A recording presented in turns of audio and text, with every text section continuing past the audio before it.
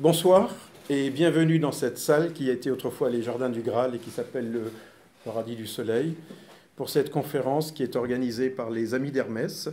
Yann Leray, qui est une personne qui n'est pas très connue en France, qui vient de La Réunion, qui est une personne qui adore l'alchimie, et il en parlera toute la soirée. C'est un alchimiste qui pratique au laboratoire et qui pratique également la philosophie de l'alchimie. Moi-même, je me suis dit depuis longtemps, qu'est-ce que les alchimistes, qu'est-ce que l'alchimie? Et le moyen que j'ai choisi, c'est de rencontrer des alchimistes vivants.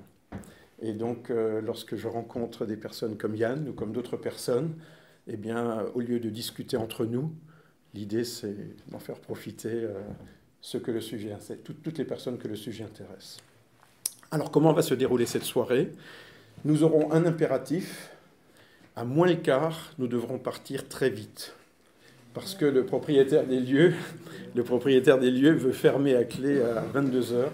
Donc ne soyez pas surpris de la brutalité avec laquelle ça s'arrêtera. Et comment ça va se passer concrètement? Je vais faire une courte introduction. Yann va se présenter. Nous laisserons beaucoup de place pour les échanges. Et l'intention de cette soirée est la suivante. C'est que nous parlerons d'alchimie au sens que c'est un choix, un chemin de vie. Mais surtout, nous aimerions aussi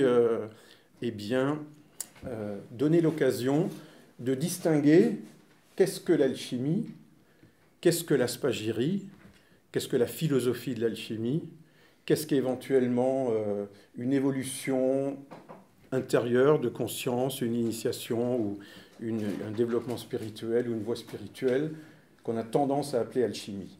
Donc il y a énormément d'amalgame qui est fait rapidement, et il n'y a pas de mal, puisque très peu de personnes parlent d'alchimie. Il y a ceux qui parlent d'alchimie, comme me disait mon ami, il y a ceux qui font de l'alchimie, et puis il y a les alchimistes. Et c'est un mot magique, alchimie, donc on a tendance à l'utiliser, à le mettre à toutes les sauces. Donc ce soir, parlons d'alchimie. Lorsqu'on aura l'occasion, eh bien, nous nous permettrons de distinguer qu'est-ce qui est plutôt de l'esprit alchimique, qu'est-ce qui est plutôt hermétique, qu'est-ce que vit un alchimiste et qui n'est pas de l'alchimie, et qu'est-ce que l'alchimie vraiment qui est le travail sur la matière. Alors, eh bien, tu veux commencer? Je veux bien. Allez, vas-y. Merci Jean-Claude. Bonsoir à tous, merci d'être là ce soir. Je suis très heureux d'être parmi vous, car pour moi l'alchimie c'est avant tout, bien sûr, un travail solitaire, mais qui n'a de sens et qui n'est riche que de partage. Pourquoi c'est riche de partage? Et pourquoi c'est solitaire déjà peut-être à la base? C'est parce que le travail va se faire forcément, et la première des matières qu'on va travailler, c'est nous-mêmes. Même si pour cela, on va utiliser la matière, des plantes, des minéraux, des métaux. C'est en fait parce que l'alchimiste, il a compris que faire par lui-même tout le travail était compliqué. Et en fait, il était un feignant. Il s'est dit que s'il utilisait un autre esprit, puisque l'alchimiste considère qu'il y a de l'esprit dans toute matière, eh bien, peut-être qu'il pourrait un partenariat qui pourrait se faire. Et c'est grâce à ce partenariat que finalement, il va simplifier son travail en lui-même. Bien sûr, donc c'est un riche de partage avec les minéraux, les plantes, les métaux, mais c'est riche de partage aussi aux humains. Pourquoi? Parce que tout ça n'a de sens que si chacun trouve sa place. Et ça, c'est une grande difficulté, d'autant plus dans notre société actuelle. Et c'est pour ça que, peut-être je brûle un peu les étapes, mais l'un des traits rouges de ce soir, ce qui me tenait à cœur, c'est aussi de parler d'alchimie, comme peut-être l'espoir de demain. Voilà. Voilà pour commencer un petit peu. Oui. Alors, continuons. Nous avons prévu 2 parties dans cette soirée, quelques propos d'introduction et puis surtout de développer la soirée sur la base de vos questions. Donc, précisons quelque chose qu'on a tendance à oublier alors que c'est une donnée de base. Il y a de nombreuses façons de voir l'alchimie, et si vous tapez sur Google, vous tapez alchimie, vous entendrez et lirez quantité de choses. Donc, qu'est-ce que nous entendons ce soir par alchimie? Eh bien, l'alchimie, c'est, selon la définition des classiques et que vous trouverez dans les textes des anciens, c'est la recherche et la fabrication de la pierre philosophale. La fabrication de la pierre philosophale, elle est connue dans l'inconscient populaire ou dans les traités des anciens. Elle a principalement deux caractéristiques. Soit c'est une pierre de transmutation, pour transmuter les métaux en or, soit c'est une pierre qui permet de faire un élixir qu'on appelle l'élixir de jouvence, l'élixir de longue vie. Ce sont les deux caractéristiques principales, avec une caractéristique implicite, qui n'y est pas forcément, mais implicite qu'on associe, c'est la connaissance. Alors, il y a eu de nombreux glissements de l'alchimie, puisque ce sont deux quêtes qui sont des quêtes qui concernent l'individu. Il y a eu des glissements, il y a différents types d'alchimie, et il y a eu des amalgames. Alors, ce qui est intéressant, c'est que les symboles des processus alchimiques, les symboles du langage alchimique peuvent être utilisés, et les alchimistes chrétiens ne sont pas gênés, les hermétistes chrétiens ne sont pas gênés, pour décrire un processus qui se passait dans une transformation de la conscience. Vous pouvez suivre des voies d'évolution spirituelle, des voies de transformation de soi, aujourd'hui on dirait des voies d'individuation qui transforment l'être, qui transforment la conscience. Et ces différents processus, eh bien, fondamentalement, comme on ne sait pas de quoi on parle, on n'a pas les mots pour en parler. Donc on essaye de traduire ce qu'on peut avec un certain nombre de symboles. Carl Gustav Jung a fait un grand travail là-dessus, mais d'autres avant lui ont fait un travail similaire sans le faire de façon aussi professionnelle que lui. Donc les symboles alchimiques, les symboles de transformation sont souvent utilisés comme symbole pour décrire des transformations intérieures. Mais ça ressemble à de l'alchimie, mais ce n'est pas de l'alchimie. Sauf si on considère que la matière, c'est soi-même. Mais ce n'est plus vraiment l'alchimie au sens où on l'entend, c'est-à-dire on travaille sur la matière et on accompagne la nature pour arriver à l'aboutissement de ce qui est contenu dans l'esprit de la nature. Et avant de te redonner la parole, moi-même, puisque la soirée c'est un choix de vie, l'alchimie, elle me suit depuis tout petit, depuis bientôt 50 ans, malheureusement, les années passent. J'étais tombé dedans tout petit, mais pas tombé dans le chaudron, ni dans le creuset, ni dans le four. Simplement, j'ai vu cette image une première fois, elle m'a pu quitter. Mais je ne suis pas encore passé vraiment à l'opératif. Je travaille un peu. Yann pourra en parler. Yann a de nombreuses années d'expérience et il a une caractéristique dont il parlera mieux que moi, c'est-à-dire qu'il éprouve tout au labo, au ballon ou au creuset. Il éprouve tout mais je ne veux pas couper ce que tu raconteras. Et je terminerai là-dessus. Qu'est-ce qui m'attire dans l'alchimie et qu'est-ce qui m'attire, c'est l'esprit hermétique qui est derrière la philosophie de l'alchimie. Mais souvent, on fait une confusion. C'est-à-dire que l'hermétisme est fondamentalement une philosophie, une vision de la nature où on cherche à s'intégrer dans le tout. C'est-à-dire que, et si on lit les traités hermétiques, ou le Pimandre, ou l'Asclépios, eh bien on a des discours entre Hermès et ses disciples, ou entre Pimandre et Étate. Un des esprits principaux de l'hermétisme, et je ne vais pas rentrer dans la table d'émeraude, mais c'est qu'on cherche à rentrer dans le tout, à être dans une harmonie avec un tout universel qui nous dépasse, mais que la réalité, c'est qu'on est coupé de ce tout, et que cette coupure crée une disharmonie. Et une pensée hermétique, elle voit tout en tout, et transposer cette pensée hermétique dans un vécu, eh bien, c'est chercher à rétablir une harmonie par rapport à ce qui s'est coupé de l'harmonie. Et ensuite, petit à petit, on voit apparaître des choses qui ressemblent à l'alchimie, mais il n'y a pas la notion de... En hermétisme, il y a plutôt la notion d'accident. Les accidents de la vie, les accidents de la formation, pour ceux qui sont scientifiques, on pourrait dire les accidents liés à l'entropie des transformations. Alors que l'esprit de l'alchimie est légèrement différent, bien que ce soit basé sur une pensée hermétique, elle est un peu différente. En alchimie, c'est tout le temps la notion de séparer, purifier, séparer, coaguler, séparer, rassembler à nouveau. Et autant chez l'hermétiste, sa fondamentale, c'est réintégrer le tout, et encore quelle partie de lui-même va rentrer dans le tout, autant pour l'alchimiste, ça va être d'extraire le noir, d'extraire le mal, d'extraire les impuretés, d'extraire les maladies, d'extraire de la matière et de sa pensée ce qui ne doit pas en faire partie, qui n'en faisait pas à l'origine. D'où ce souci de refuser l'imperfection, et qui va alimenter, donc, pour la personne qui est au laboratoire, le souci de séparer afin de retrouver la perfection, sachant que pour cette perfection, il est aidé par la nature qui l'accompagne. Mais c'est bien sûr une pensée hermétique. Je vais enrichir. Merci Jean-Claude. Alors on va commencer, comme disait Jean-Claude, par ce qu'on trouve, la première définition qu'on trouve dans Wikipédia: l'alchimie, c'est transmuter le plomb en or. Alors je pense déjà sur cette phrase, on peut s'y arrêter, parce que c'est évidemment ce qui a été retenu suite à toute la période des souffleurs. Vous avez sûrement entendu parler, cette période sombre de l'alchimie, où de nombreuses personnes se sont fait passer pour des alchimistes afin de transmuter du plomb en or, donc fabriquer de l'or en quelque sorte, pour quelques seigneurs puissants, et qui a amené forcément une décrédibilisation totale de cette voie. Alors déjà, l'alchimie, soyons très clairs, ce n'est pas de la technique, en aucun cas. Ce n'est pas de la protochimie, ni une forme chimie spirituelle, en aucun cas. L'alchimie, c'est de l'art. Et la première chose qu'on fait en alchimie, c'est qu'on travaille au grand œuvre. Et donc si c'est un grand œuvre, ce n'est pas une grande technique. Donc ça veut dire que si on y va avec une pensée, une démarche technique, ben vous n'obtiendrez que des résultats techniques, chimiques. Et vous ne ferez pas de l'alchimie.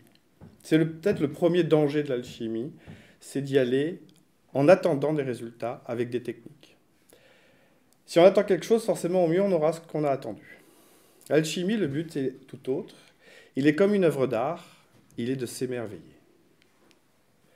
Et c'est ça qui est particulier en alchimie, c'est l'émerveillement. Et qui est, je pense, le plus important. S'émerveiller de ce que l'on peut avoir dans son creuset ou dans son ballon. S'émerveiller du grand œuvre de la nature. Car rien, strictement rien, n'appartient à l'alchimiste. L'alchimiste va juste essayer de reproduire, dans un microcosme, ce que pratique le grand œuvre de la nature en permanence, mais sur des échelles bien plus grandes. Et quand on voit l'œuvre de la nature se révéler sous nos yeux, ce sont des moments de pure révélation, des moments de pur bonheur. Ça, je pense que c'est vraiment important, c'est de travailler pour ceux qui souhaitent ou qui le font au laboratoire, oublier la technique. Certes, comme un artiste peintre, il a fallu apprendre à manier le pinceau, à savoir mélanger les couleurs. Mais une fois qu'il est devant sa toile, il ne pense plus à la technique de mélanger les couleurs. Il est en train d'exprimer quelque chose qui est au fond de lui qu'on ne peut pas nommer. Le seul support qu'il a, ça va être la peinture, pour essayer d'exprimer ce qu'il ressent. Eh bien, ce que nous, on fait alchimistes, on va essayer de ressentir ce que la nature nous offre. Vous voyez, c'est même pas nous qui allons chercher à exprimer quelque chose, puisque c'est le grand œuvre. On va essayer de ressentir ce que tout l'univers, le tout des hermétistes, nous propose de percevoir. Alors, pour cela, on va revenir à cette phrase « transmuter le plomb en or ». Bien sûr, en alchimie, on ne parle pas de chimie, vous l'avez bien entendu. Donc, on ne parle pas de plomb physique et on ne parle pas d'or chimique. On va bien sûr parler en symbole. Et si le plomb, c'est quoi? Cette matière qui est dense, qui s'oxyde très vite et qui devient noire, donc qui est lourde. Eh bien, pour l'alchimiste, ça va être tout ce qui va être dense, lourd, opacifiant dans la matière. Et or, eh bien, or, c'est ce qui est lumineux, c'est ce qui brille, c'est ce qui est abouti. Et en plus, on peut faire un jeu de mots rapide avec l'hébreu, ou aor. Vous m'excusez pour les hébraïsants, moi je ne parle pas l'hébreu, mais en tout cas, ce mot, on rajoute juste un a devant. Eh bien, ça nous parle de lumière et d'amour. Et c'est peut-être ça que cherche vraiment l'alchimiste. C'est percevoir cette lumière, cette vraie lumière, comme décrivait Coton-Alvar, pour ceux qui ont pu lire les deux lumières de Coton-Alvar, cette description magnifique qu'il essaie de donner entre la lumière reflétée et la vraie lumière. Et donc c'est une quête de la vraie lumière. Et donc pour trouver cette lumière, il va falloir qu'il purifie la matière, et en le faisant, il va se purifier lui-même. Et c'est cet échange permanent entre la matière et l'alchimiste qui permet, en tout cas, d'avoir une quête d'émerveillement. Alors après, on peut revenir aussi un moment sur peut-être le terme transmutation. Beaucoup de gens ont du mal à appréhender ce terme. Beaucoup de gens vont parler de transformation des matières. Transformer, ben, c'est changer la forme, hein, de manière littérale. En chimie, dans un laboratoire de chimie, on change la forme de quelque chose, on l'associe avec d'autres molécules, etc. L'alchimiste, il transmute, c'est-à-dire qu'il abandonne la forme pour le changer de plan. Et s'il le change de plan, c'est qu'il va lui falloir une énergie qui vient d'ailleurs. Et cette énergie, il ne va pas apporter une énergie d'un feu qu'on va appeler un feu vulgaire. Il va aller chercher un feu, donc une énergie, qui va venir d'ailleurs. C'est ce fameux feu secret des alchimistes, qui est la quête de beaucoup de gens, et qui va nous permettre d'ouvrir la matière afin d'en libérer ses principes sans en changer la nature. Parce que casser la matière, ça tout le monde sait faire, mais l'ouvrir sans en changer sa nature, ça demande un autre travail, et c'est la réalisation de ce qu'on appelle l'alcaeste en alchimie. Mais pour revenir sur le plan philosophique, l'alchimie est une quête intérieure de soi par le travail au laboratoire, dont l'aboutissement suprême est la pierre philosophale. Deux grandes voies en alchimie, la voie sèche, la voie humide. La voie sèche, grosso modo, on apporte une énergie extérieure. La voie humide, on va apporter une énergie intérieure. Alors, il y a une troisième voie, et c'est cette troisième voie qui est très souvent sujet à caution, c'est l'art royal. Cette voie, le creuset, c'est nous. Et c'est là où certains vont l'appeler les voies intérieures, les voies internes. Bien sûr qu'on peut y appliquer des principes alchimiques. Bien sûr que ça peut être alchimique, mais ça ne l'est pas toujours. Si c'est alchimique, c'est-à-dire que le but, ça va être la réalisation de la pierre à l'intérieur de nous-mêmes. On change de matière première, mais le but est toujours le même, réaliser la pierre philosophale. Alors bien sûr, sa forme change si la matière première n'est pas la même. Donc, ça, c'est ce que tenait parler Jean-Claude, hein, faire attention à cet amalgame qui est fait des fois à travers l'art royal, à travers les voies internes, où on utilise des principes alchimiques et on les sort de leur contexte pour arriver à autre chose. Et c'est pour ça qu'il existe d'ailleurs des voies qui vont s'inspirer de l'alchimie et qui sont merveilleuses, hein, attention, c'est pas parce qu'elles ne sont pas alchimiques qu'elles sont à rejeter, comme la spagyrie. La spagyrie va s'appuyer sur les principes alchimiques, mais ce n'est pas de l'alchimie pure, puisque le but n'est pas de faire la pierre philosophale. Le but, c'est d'arriver à faire des élixirs, des quintessences de plantes ou de minéraux, ou de métaux, ou même d'animaux, de parties animales, afin de faire des médecines. Bien sûr, sur notre médecine, on va le prendre la définition telle que Platon l'a donnée. Il est bien inutile de soigner le corps si on n'a pas soigné l'âme. Et c'est la particularité de tous ces produits spagyriques, c'est que bien sûr, l'influence sur le corps ne sera pas directe. Ils vont d'abord changer les énergies qui nous animent à l'intérieur de nous-mêmes, les réharmoniser. C'est un travail qui est passionnant. Personnellement, je travaille régulièrement à la spagyrie dans mon laboratoire. J'ai même commencé par ça, puisqu'on va voir des choses. Et surtout, ce qui est extraordinaire en spagyrie, c'est que c'est le travail avec les plantes, notamment. Les plantes sont extrêmement généreuses. Et on voit se manifester tous les principes que les alchimistes utilisent, et surtout les vieux alchimistes qui nous mettaient ça à travers des symboles bien souvent hermétiques, et qui nous étaient bien difficiles d'interpréter. Eh bien oui, mais quand vous le voyez se manifester sous vos yeux, dans un ballon, ça devient beaucoup plus simple et beaucoup plus logique. Les couleurs, notamment, les fameuses couleurs du grand œuvre, on peut les voir. On peut voir l'œuvre au noir, on peut voir l'œuvre au blanc, on peut voir des couleurs qui apparaissent, l'œuvre au rouge. On va voir ces couleurs apparaître. Bien sûr, à condition qu'on prenne un principe spagyrique au plus proche de l'alchimie.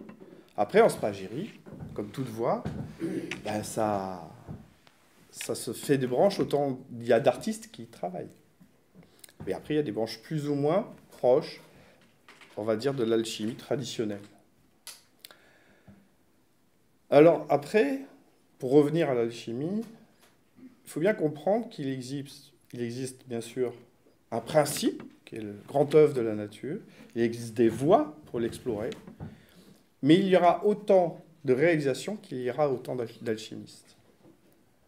Puisque c'est un travail où, pour un tiers, c'est l'alchimiste. Donc, quand on trouve quelque chose en alchimie, on ne peut pas dire d'abord qu'il nous appartient, comme je vous ai précédemment. On ne fait que redécouvrir les principes du grand œuvre. Et comme m'a indiqué un jour un maître, que j'ai eu l'occasion de rencontrer, il m'a dit, si tu veux découvrir tous les grands secrets de l'alchimie, regarde l'herbe pousser.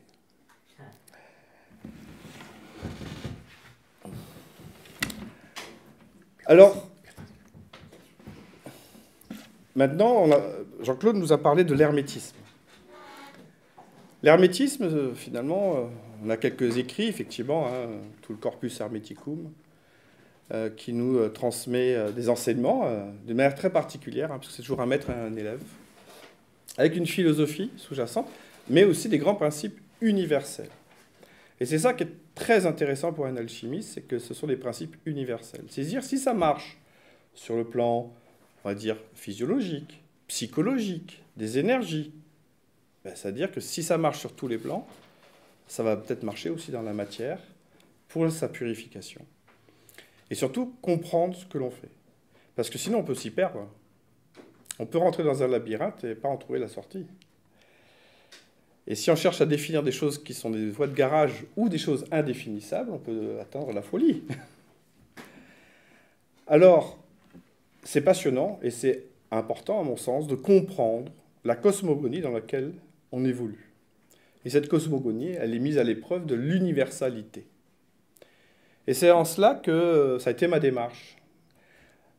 J'ai éprouvé au laboratoire tout ce que j'ai pu essayer de comprendre dans les livres, en premier temps.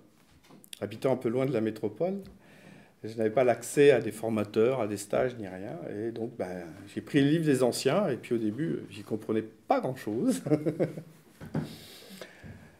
Et c'est pour ça que je suis revenu d'abord avec les plantes, à des choses très simples. Et puis, au fur et à mesure des expériences, on valide des choses ou on invalide des choses. Et puis, au fur et à mesure, c'est plus que de l'émerveillement, on reçoit de vrais cadeaux.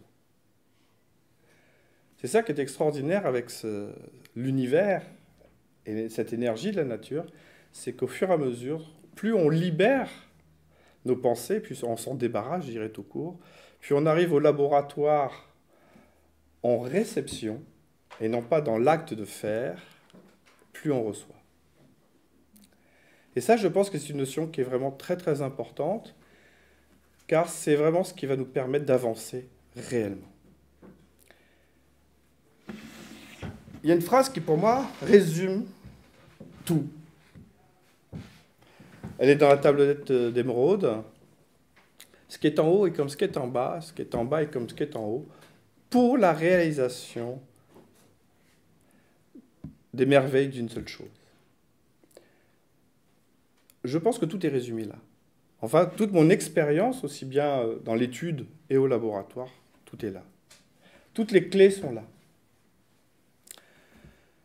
Et surtout, moi, le mot qui m'intéresse le plus dans tout ça, c'est merveille, merveilleux.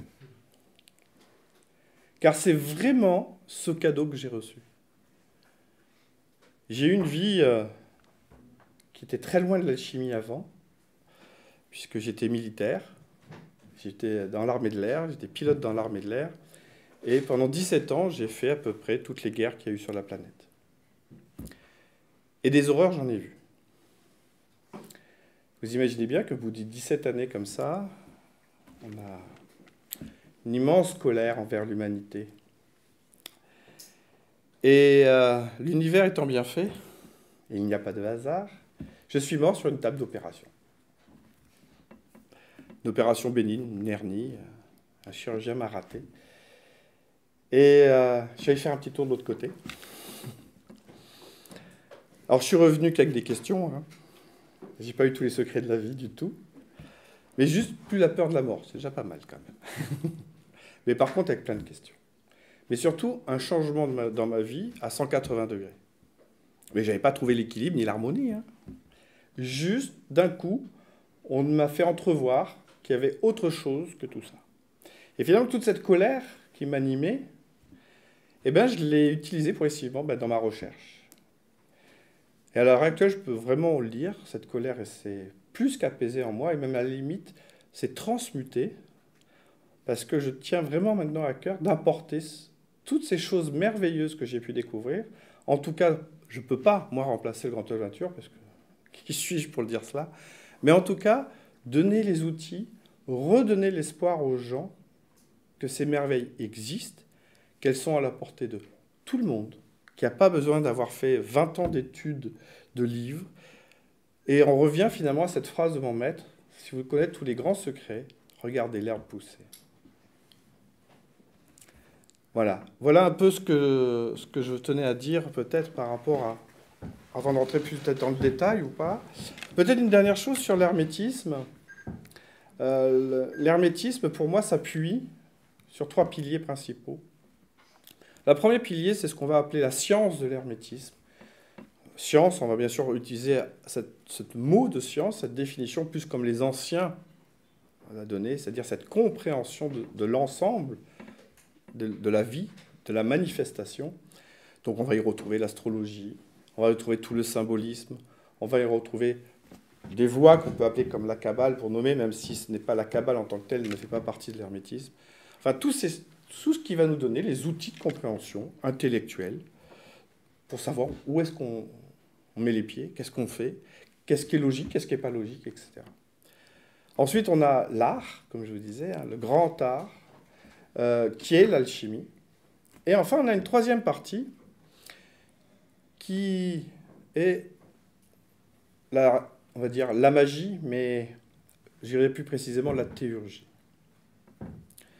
C'est-à-dire cette part où, justement, on remet les choses à leur juste place et on n'est plus qu'un maillon d'un ensemble de choses et on se met au service. On se met au service d'une tradition, on se met au service de quelque chose qui est bien plus grand que nous, qui est infiniment bien plus grand que nous, afin de, par le petit travail qu'on a pu faire, transmettre les énergies. Et c'est très difficile de mettre des mots, puisque c'est un travail de plus d'une vie, je dirais. Mais en tout cas, c'est une mise au service d'eux. C'est-à-dire que quelque part, il y a un moment où il y a une énergie qu'on pourrait appeler sacerdotale, mais qui ne crée pas d'obligation. Et c'est là que ça devient intéressant, d'ailleurs, le choix du titre de ce soir, de la conférence de ce soir, un choix de vie, qui était à la fois un non-sens et un sens à la fois très explicite de ce que peut être l'alchimie. Un non-sens parce que bien souvent, en alchimie, on ne choisit pas de devenir alchimiste. C'est le merveilleux qui nous amène à. Donc finalement, on n'a pas un choix concret à faire, c'est-à-dire un choix entre deux choses, par exemple, en sacrifier un pour en faire un autre. En fait, on arrive à un état où les choses se font naturellement. Mais soyons clairs, ce n'est pas non plus de la magie simple, dans le sens que tout est facile. Il va falloir s'investir. Pour que ça devienne un chemin de vie, il va falloir y mettre sa propre énergie dedans. Et donc, il va falloir faire, à certains moments, des choix.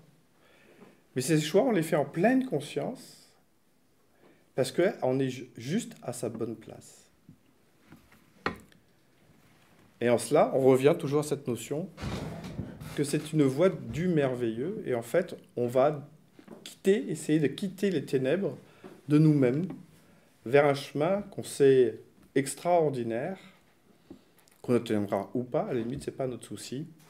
Comme pour la pierre philosophale, si on cherche à faire la pierre philosophale, c'est qu'on n'a pas compris ce qu'était l'alchimie. Je vais peut-être te relaisser un peu la parole. Merci Yann pour ce témoignage. Et avant de reprendre la parole, après un exposé aussi profond, si vous avez une question, n'hésitez pas à poser une question. On continuera le débat sur la question posée. Sinon, je continue. Sur l'aspagérie. L'aspagérie. Alors, l'aspagérie, pour essayer de faire très très simple, bien sûr, le terme est vraisemblablement a été donné par Paracels, même si certains discutent sa paternité, c'est pas bien grave. spagyrie, séparer, réunir. Quelle est la grande différence entre la spagyrie et l'alchimie? On va prendre un corps, une plante, pour faire simple. On va séparer ces trois principes, le sel, le soufre, le mercure. Tout le monde suit pour ces trois principes en alchimie. N'hésitez pas, hein, si vous avez besoin d'explications, vous pourrez poser la question. On va les séparer, on va les purifier. Donc on va purifier son mercure, purifier son soufre, purifier son sel. Grosso modo, le sel, c'est la fixation de l'information qui a été amenée par une énergie qui est le soufre, et le mercure en est le messager, celui qui contient en fait le message. Pour résumer très très rapidement. Donc on va séparer ces trois corps, on va les purifier et on va bien sûr les rassembler. Donc qu'est-ce qu'on a finalement à la fin? On a une quintessence de la plante originelle. C'est-à-dire on a enlevé toutes les parts d'ombre de la plante. Concrètement, c'est quoi les parts d'ombre de la plante? Ça va tout ce que les épreuves de la plante qu'elle a vécues. Les coups de sécheresse, les coups d'eau, trop d'eau, pas assez d'eau, les attaques d'insectes, des autres plantes, parce qu'entre elles, elles ne sont pas toujours très cool, etc. En fait, toutes ces épreuves dans son existence va lui donner une part d'ombre, comme nous. Nos émotions qu'on ne lâche pas, toutes ces souffrances qui sont en nous et qui nous obscurcissent et qui nous empêchent de retrouver ce qu'on appelle l'âme d'enfant, c'est-à-dire cette âme originelle où tout était merveilleux, un simple bout de bois devenait Excalibur, une pierre devenait un dragon. Et on va donc les enlever. Et on rassemble.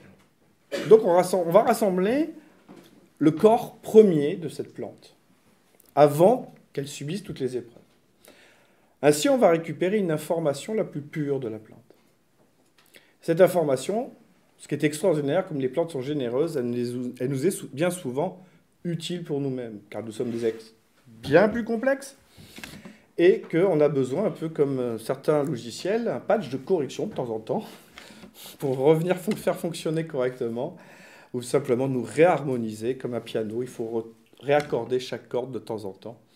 Et bien c'est ça, à quoi ça sert principalement, afin de nous réharmoniser. Parce que si on se réharmonise, eh bien on n'a plus de raison d'être malade. Puisque les maladies, c'est bien défaut d'information. Donc ça veut dire qu'il y a une disharmonie à l'intérieur de nous-mêmes. En fait, hein, ça commence à devenir une fanfare désaccordée à l'intérieur. Voilà déjà la première chose. Quand on travaille à faire la pierre philosophale, c'est pas du tout la même chose. On ne part pas d'une pierre philosophale non aboutie pour en faire une pierre philosophale aboutie. En fait, la pierre philosophale est magnifiquement résolvée à travers une légende qui est la quête du Graal. L'alchimiste, c'est ça. Faire la pierre philosophale, c'est une quête du Graal. C'est-à-dire, on va créer une coupe suffisamment aimante pour que l'univers vienne l'ensemencer. Donc, on ne fait pas un être premier. On va créer un nouvel être, ce serait peut-être pas le terme, mais on va créer un contenant où l'univers va pouvoir mettre son énergie la plus pure, la plus directe, avec le moins d'obstacles dedans. Et cette pierre philosophale, elle n'a pour but finalement juste que de faire exploser la bulle des apparences dans laquelle nous vivons.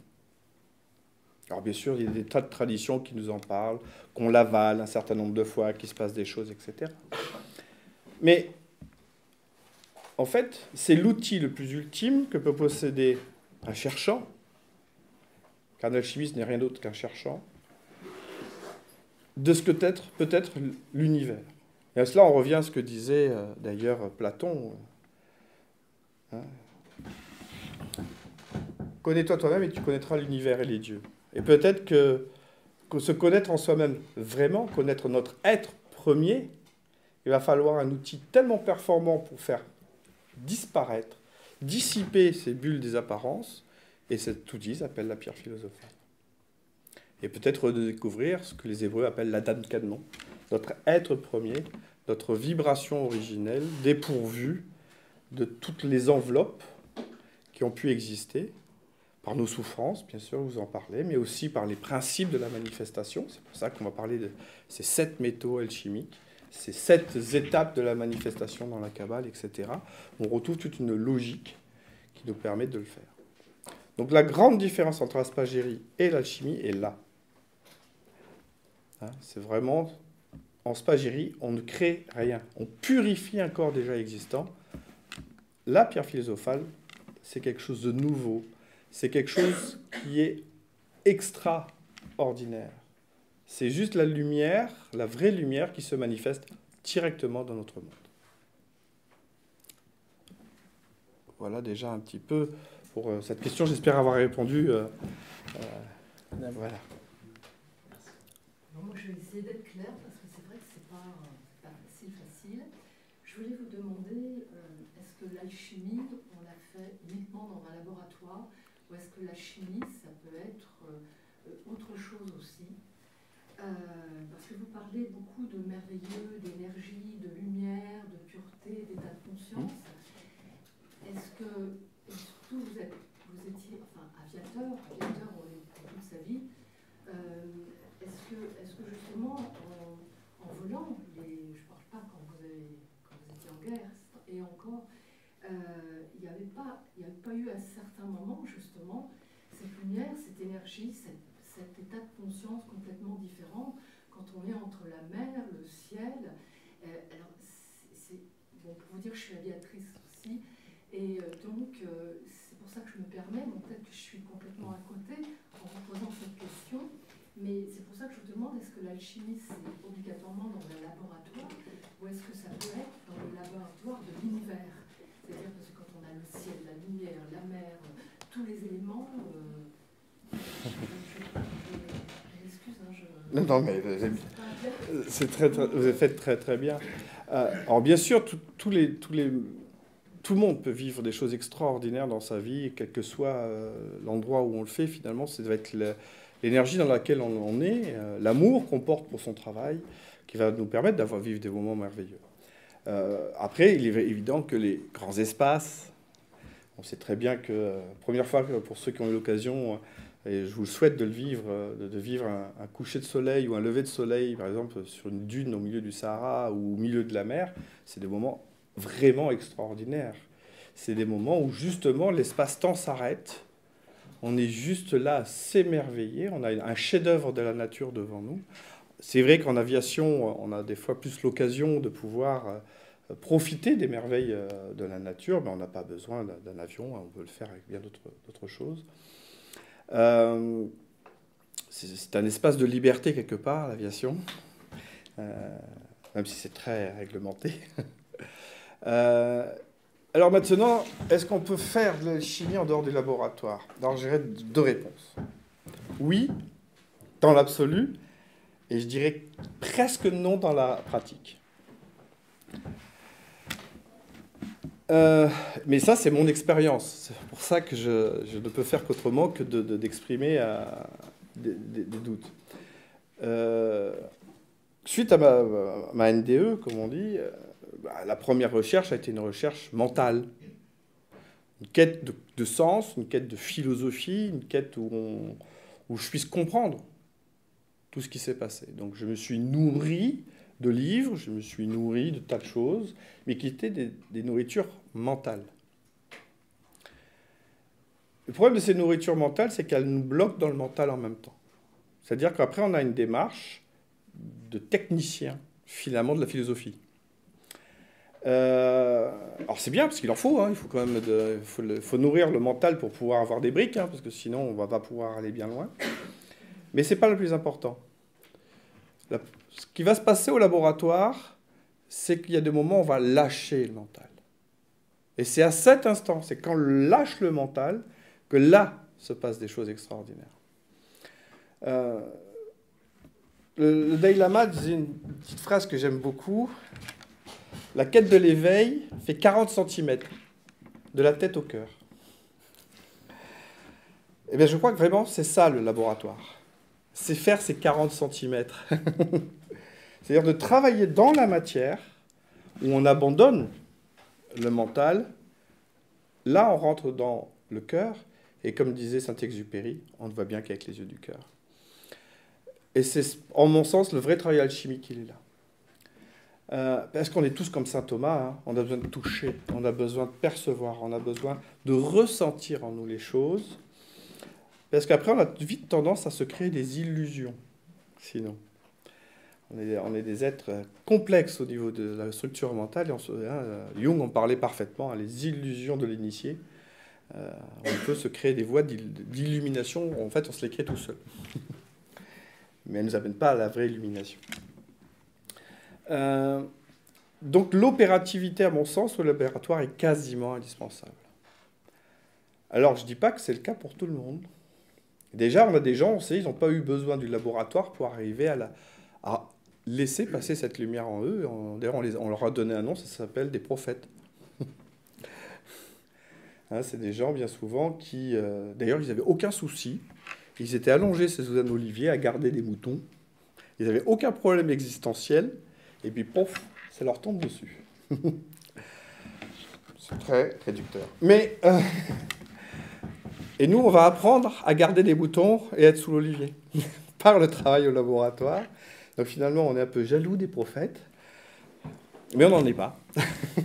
Donc on va essayer de recréer ces conditions en nous-mêmes, et pour ça, on va recréer un jardin d'Éden. Et c'est ça un peu le laboratoire. C'est recréer le jardin d'Éden afin de ressentir au fond de notre être des choses extraordinaires. Et ça, on ne le trouvera jamais dans un livre. Même le plus grand des alchimistes ne pourra jamais l'écrire parce que c'est quelque chose qui lui est propre. C'est une expérience qu'il a vécue au fond de lui-même. C'est le fameux secret de toutes les voies initiatiques. C'est ce qu'on ne peut pas transmettre parce que c'est tellement personnel. C'est un vécu intérieur. Qu'est-ce que vous voulez mettre des mots dessus? Vous serez toujours à côté. C'est comme quand on me demande « Mais qu'est-ce que tu as vécu dans ta NDE ?» Je vais vous dire, j'ai vu la lumière. Oui. Ça ne veut pas dire grand-chose, en fait. J'ai perçu un état d'être. Ce sont que des mots. J'ai ressenti la dissolution de l'ego. C'est-à-dire le phénomène de l'individualisation. D'ailleurs, c'est ce qui amène de ne plus avoir peur de la mort. Parce qu'en fait, ce qu'on a peur, c'est de lâcher notre individu. Et en fait, quand on s'aperçoit que c'est juste l'état de plénitude qu'on lâche. Mais voilà, c'est juste des ressentis au fond de nous-mêmes. Et après, j'ai mis des mots, d'ailleurs, que plusieurs années après. Au début, quand on me demande d'écrire, j'étais absolument incapable de décrire ce que j'avais vécu. C'est après, j'ai commencé à mettre des mots pour essayer d'approcher au plus juste. Mais en fait, ça m'a donné un fil conducteur dans ma recherche. Ça a été un très grand outil. Bien sûr, ça a été le déclencheur. Mais je ne suis pas parti dans l'alchimie tout de suite. Je ne savais même pas que ça existait en tant que tel. Pour moi, l'alchimie, c'est comme beaucoup le rémusume. C'était de la protochimie. J'avais 2 diplômes d'ingénieur. Vous savez, l'alchimie...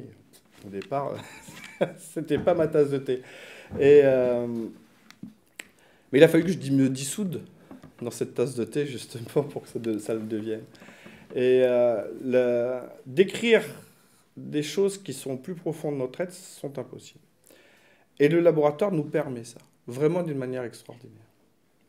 Alors, il y a quelques personnes sur cette planète avec des outils, on va dire, initiatiques, quelles que soient les voies, que ce soit à travers la voie du Veda, dans le bouddhisme, ou les darvish tourneurs en tournant sur eux-mêmes, etc., qui peuvent trouver des moments d'illumination, qui peuvent retrouver cette sensation de l'extraordinaire, du merveilleux. C'est souvent des voies très difficiles, très longues, qui demandent de faire des choix. Là, oui, des vrais choix. C'est-à-dire d'être obligé de sacrifier son travail, sa famille, pour se consacrer qu'à ça. Et là, ça rentre, je dirais, tout à l'heure, je vous parlais d'un principe sacerdotal. Là, c'est plus du sacerdotal. C'est pas se mettre au service de la voie. Là, on y consacre toute sa vie à la voie. Et c'est en ça que je mets cette nuance. Et c'est même pas sûr qu'en plus, au bout, vous ayez quelque chose. C'est pas parce qu'on fait du laboratoire qu'on aura la pierre philosophale. Non plus. Mais en général, dans la grande majorité de tous ceux qui ont pu opérer au laboratoire, tout le monde a eu un cadeau. Ou des cadeaux. Des cadeaux extraordinaires. Qu'on ne peut échanger qu'à travers un sourire, à travers les yeux, parce que les mots seront définis. Et donc s'ils sont définis, c'est vouloir quelque chose qui est quasiment infini, vouloir le définir, ça n'a pas de sens. D'où d'ailleurs ce fameux langage des oiseaux. C'est d'aller au-delà des formes des mots pour aller plus loin, pour proposer plus loin, et peut-être nous suggérer dans notre inconscient bien autre chose. Voilà, donc c'est cette nuance que je mets, c'est que je ne dis pas que c'est impossible, donc l'art royal seul, donc cette voie de la réalisation de pierres intérieures, cette quête de la pierre intérieure. Je ne dis pas qu'elle est impossible, mais je dis qu'elle l'est quasiment. Voilà. Elle sera en tout cas très très difficile, mais avec des vrais choix. Là, oui, il faudra faire des sacrifices. Pour moi, c'est cette nuance que je mets, c'est qu'il y a une part de sacrifice dans les voies vraiment que internes, qu'on n'a pas au laboratoire. Il n'y a pas de sacrifice au laboratoire. C'est ça qui est extraordinaire. Je t'en prie, Jean-Claude. Alors, votre question, madame, est-ce qu'on peut faire de l'alchimie sans faire de l'alchimie? Oui. Alors, je peux donner un autre point de vue, parce que des personnes comme Yann qui pratiquent au labo avec un esprit de spagyrie, avec un esprit d'alchimie, il y en a quand même assez peu. Et j'en fais partie. Et je me suis longtemps posé la question, est-ce que je peux faire de l'alchimie sans être au laboratoire? Je peux donner mon témoignage. Mon témoignage, c'est non. On ne fait pas d'alchimie si on n'est pas au laboratoire. Par contre, on peut avoir des expériences et on peut constater des changements dans la conscience qui demandent des choix. Qu'est-ce que j'ai fait dans ma vie pendant de très longues années?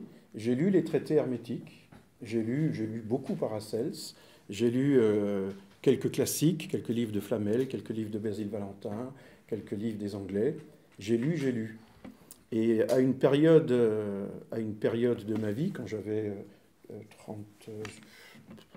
un peu moins de 40 ans, 35, 36 ans, je voulais absolument comprendre ce qui était dans ces traités alchimiques. Mais je n'étais pas au four, je n'étais pas au labo. Je voulais comprendre.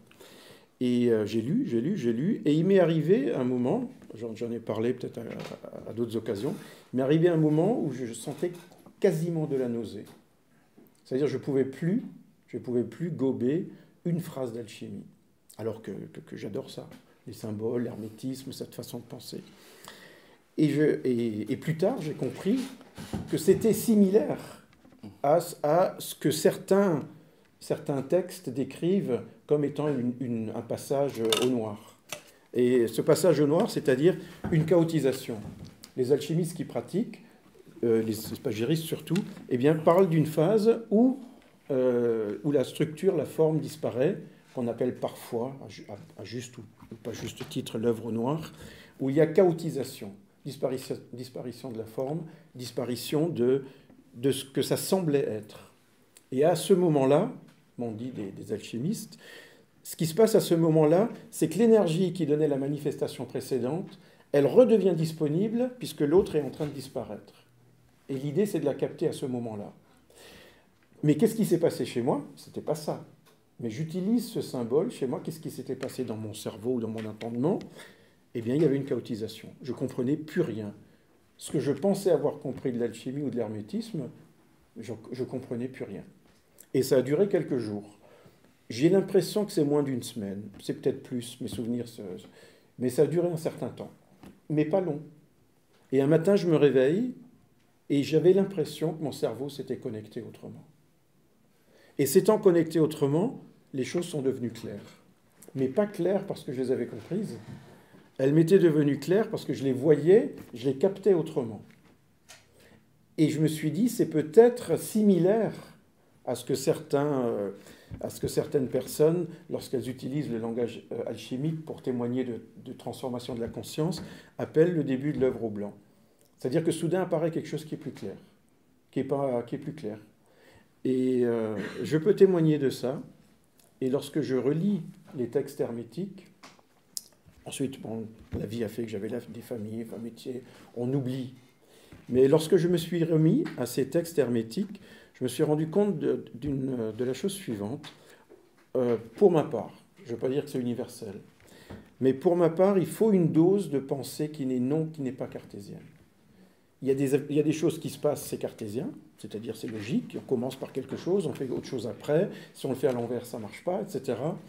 Mais dans la pensée d'un texte hermétique, je pense qu'il faut le lire ou le capter de façon hermétique. C'est-à-dire vous prenez un texte, un vrai, un bon, et vous j'essaye, de le lire sans y ajouter quoi que ce soit d'autre. Parce que on dit toujours que les alchimistes ne donnent pas leurs secrets.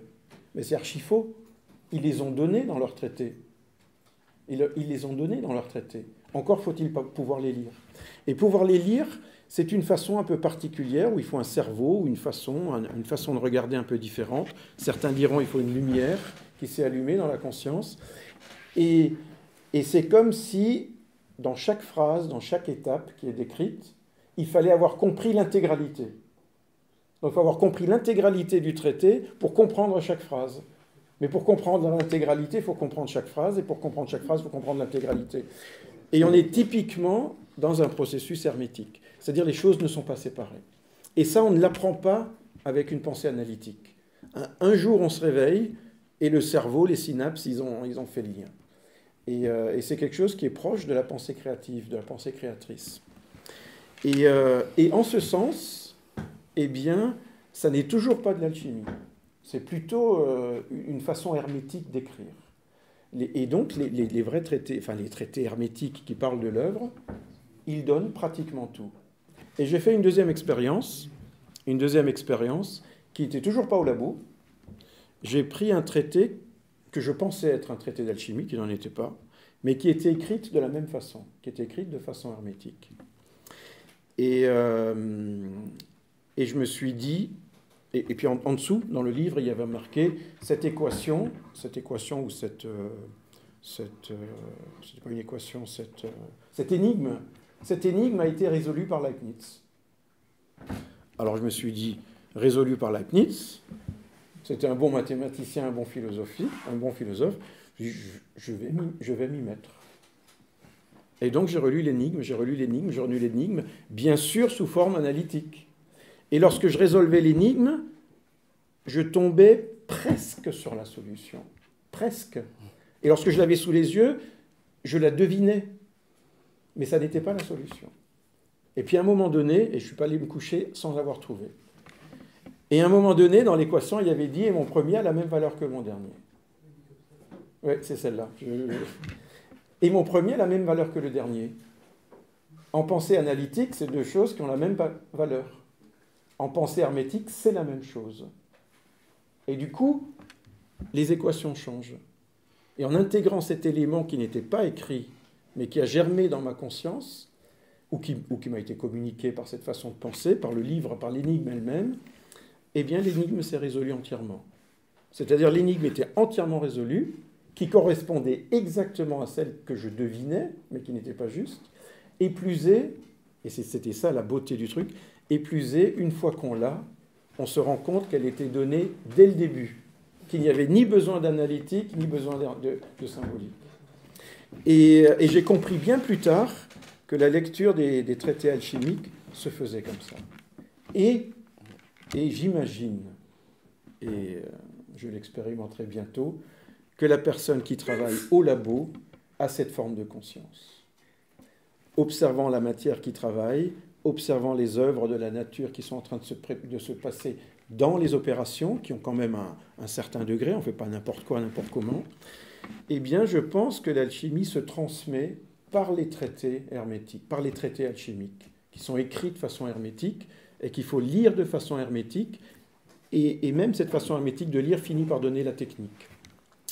Et souvent, et j'arrête là-dessus, oui, et curieusement, parmi les personnes que j'ai rencontrées, et je le remercie tous, et tu en fais partie et tu les représentes tous ce soir, eh bien toutes ont témoigné cette chose étonnante, c'est que c'est une voie individuelle, une prise de conscience individuelle, un travail individuel, un émerveillement individuel, grâce au traité, grâce à la pratique et grâce à la rencontre de quelqu'un qui est aussi sur la voie et qui donne comme un petit chouïa en plus. Donc c'est assez curieux. Un jour, un alchimiste, et tous ceux que j'ai rencontrés l'ont fait, ont rencontré un maître, mais ce n'était pas un maître, un gourou qui allait leur dire ce qu'il fallait faire. C'est des personnes qui se reconnaissent, qui ont la même connexion, qui travaillent sur des voies peut-être différentes, mais dans le même objectif, et ils se rencontrent, échangent, disparaissent, et chacun continue. Et j'aurai autre chose à dire un peu plus tard, mais tu voulais oui, je voulais rebondir là-dessus. Et juste sur ta dernière partie, dans mon cas, ça a été ça, hein, c'est-à-dire que c'était des rencontres fugaces. J'en ai j'ai eu la chance d'en avoir 2 fois des maîtres comme ça qui ont pu me donner. Mais en gros, c'est un petit caillou, et puis à toi déjà de retrouver le caillou, le comprendre, et après faire le chemin. C'est vrai qu'en alchimie, il n'y a pas de principe traditionnel de maître-élève. Ça se fait très très très peu. Maître-disciple, on va dire. On peut l'avoir pour tout ce qui tourne autour. Ça, effectivement, on peut y avoir des relations de transmission du savoir. Hein. Mais l'alchimie, elle, se vit en interne. En tout cas, ce qui se passe au laboratoire. Pour revenir, il y a vraiment un phénomène de spirale avec le travail alchimique. Il ne faut pas croire qu'on est tout le temps dans le laboratoire. Hein. On ne passe pas nos journées dans le laboratoire. D'abord parce que sinon on vivrait tout seul. Et puis on a quand même là, j'ai une femme, j'ai des enfants. Donc voilà. Donc il y a un vrai travail de spirale. C'est-à-dire qu'on va intellectualiser, étudier des textes anciens. On va amalgamer des choses. On va aller au laboratoire, on va travailler à la matière, mais là on abandonne l'intellect, on abandonne le mental, on épreuve, on passe à l'épreuve pour vivre ou pas des choses. Des fois il ne se passe rien, et puis il y a des fois il se passe des choses extraordinaires. Quand il ne se passe rien, on réessaye, peut-être que ce n'était pas le bon jour, peut-être qu'on n'était pas nous-mêmes en phase de recevoir les choses, puis il y a des fois c'est juste parce que c'était pas bon, tout simplement, c'est qu'on était sur une voie qui était une impasse. C'est en ça que c'est pas mal le laboratoire, hein, que ça vous évite d'aller vous perdre trop longtemps dans des impasses. Quand ça ne marche pas de manière répétée, c'est qu'il y a un problème. C'est quand même pas mal. Parce que quand on est tout seul avec soi-même dans le miroir, à un moment donné, ce qui est dangereux, c'est que seul le miroir réfléchisse. Donc, hein, voilà, le laboratoire, il vous met face aux choses. Hein. Soit ça marche pas. Et puis, il y a cette phase de réception. C'est-à-dire que bien souvent, après le travail de laboratoire, il y a une phase où on est très très loin des livres, surtout plus de livres. Le laboratoire, on ferme et on laisse les choses nous pénétrer. Et quand les choses nous ont pénétré, on recommence un nouveau tour de spirale. Et les choses s'accélèrent au fur et à mesure. Et si on enlève cette étape du laboratoire, donc, en gros, vérifier qu'on ne s'est pas fourvoyé, qu'on n'a pas créé une illusion, qu'on a bien compris les choses, que c'est bien une loi universelle qui est en train de s'appliquer. On peut perdre énormément de temps, voire toute sa vie, dans des impasses. Et c'est en ça que je dis que c'est quasiment impossible de faire que en interne. Je ne dis pas que c'est impossible, mais alors, c'est que vous avez eu beaucoup de chance, sachant que la chance, j'y crois pas, mais voilà. Le laboratoire, quand même, c'est son merveilleux outil, c'est de vérifier qu'on ne se perd pas, quoi. Hein, voilà. Une question, puisque vous parlez tout le temps de laboratoire, soyons concrets. Est-ce que ce laboratoire a une réalité physique ou est-ce que c'est parce qu'on fait des opérations concrètes? Est-ce que c'est une science opératoire ou spéculative? Ce laboratoire, est-ce que c'est nous-mêmes? Est-ce qu'il faut un lieu pour ça? Est-ce qu'il faut, comme vous dites, une porte? Quel doit être ce lieu finalement pour qu'il soit efficace? Ensuite, dans un laboratoire, il faut des outils qui vont nous dire quels sont les outils qu'il va falloir utiliser, et surtout les expériences. Alors, est-ce qu'il existe des grimoires? Vous prenez, je ne sais pas, 3 grammes de céleri et 3 feuilles de laitue, et puis vous mélangez ça dans quel liquide et vous mettez le feu. Enfin, concrètement, c'est quoi le laboratoire? Concrètement, c'est vraiment une réalité physique. C'est une réalité physique. Il est évident qu'au fur et à mesure qu'on va avancer, cette réalité physique va se dématérialiser pour entrer de plus en plus en nous. C'est-à-dire que la part de l'oratoire va prendre de plus en plus de place par rapport à la partie du labor, c'est-à-dire la partie tangible, visible. Mais pas dans un premier temps. Et pas tout le temps en plus, puisqu'on n'est pas des êtres constants, on a des émotions, donc on fait un peu des hauts et des bas. Alors, la moyenne monte, mais il y a des petits moments où on redescend. Hein, on est des êtres humains, on vit tous aussi des vies normales à côté de ça. Mais il y a une vraie réalité tangible. On a un vrai endroit où on travaille, d'ailleurs, où on n'aime pas trop que les gens viennent rentrer dedans. Ça m'est arrivé de donner des formations de spagérie dans mon laboratoire, avec d'opérativité spagérique. Pendant 1 an, je n'ai fait aucun travail alchimique dedans. Parce que c'était plus mon laboratoire. Donc j'ai arrêté mon travail alchimique dedans. C'était devenu un travail de transmission spagérique avec des gens qui venaient pratiquer dans la matière avec des outils que tout le monde n'a pas au début, et de voir qu'est-ce qui se passe, comment on fait, les techniques, mais aussi voir les couleurs, enfin, s'émerveiller de tout ce qui peut se passer, etc. Mais ce n'était pas de l'alchimie, c'était de la spagyrie. Par contre, moi, le travail alchimique, je l'ai arrêté pendant 1 an. Et après, il a fallu que je me réapproprie mon laboratoire. Donc oui, il y a une part en nous. Il y a une part du laboratoire en nous et il y a une part du laboratoire qui est matérielle. Cette part matérielle va progressivement, effectivement, rentrer de plus en plus en nous. C'est ce qu'on dit des vieux alchimistes, ils n'ont plus besoin du laboratoire. Mais ceux qui en sont arrivés là sont en général ce qu'on appelle des adeptes avec un grand A majuscule. C'est-à-dire que ça y est, tout est en eux. Finalement, c'est le but ultime. Il y a un petit court-métrage qui a été fait dans les années 80, qui est absolument merveilleux à voir, ça je vous l'invite.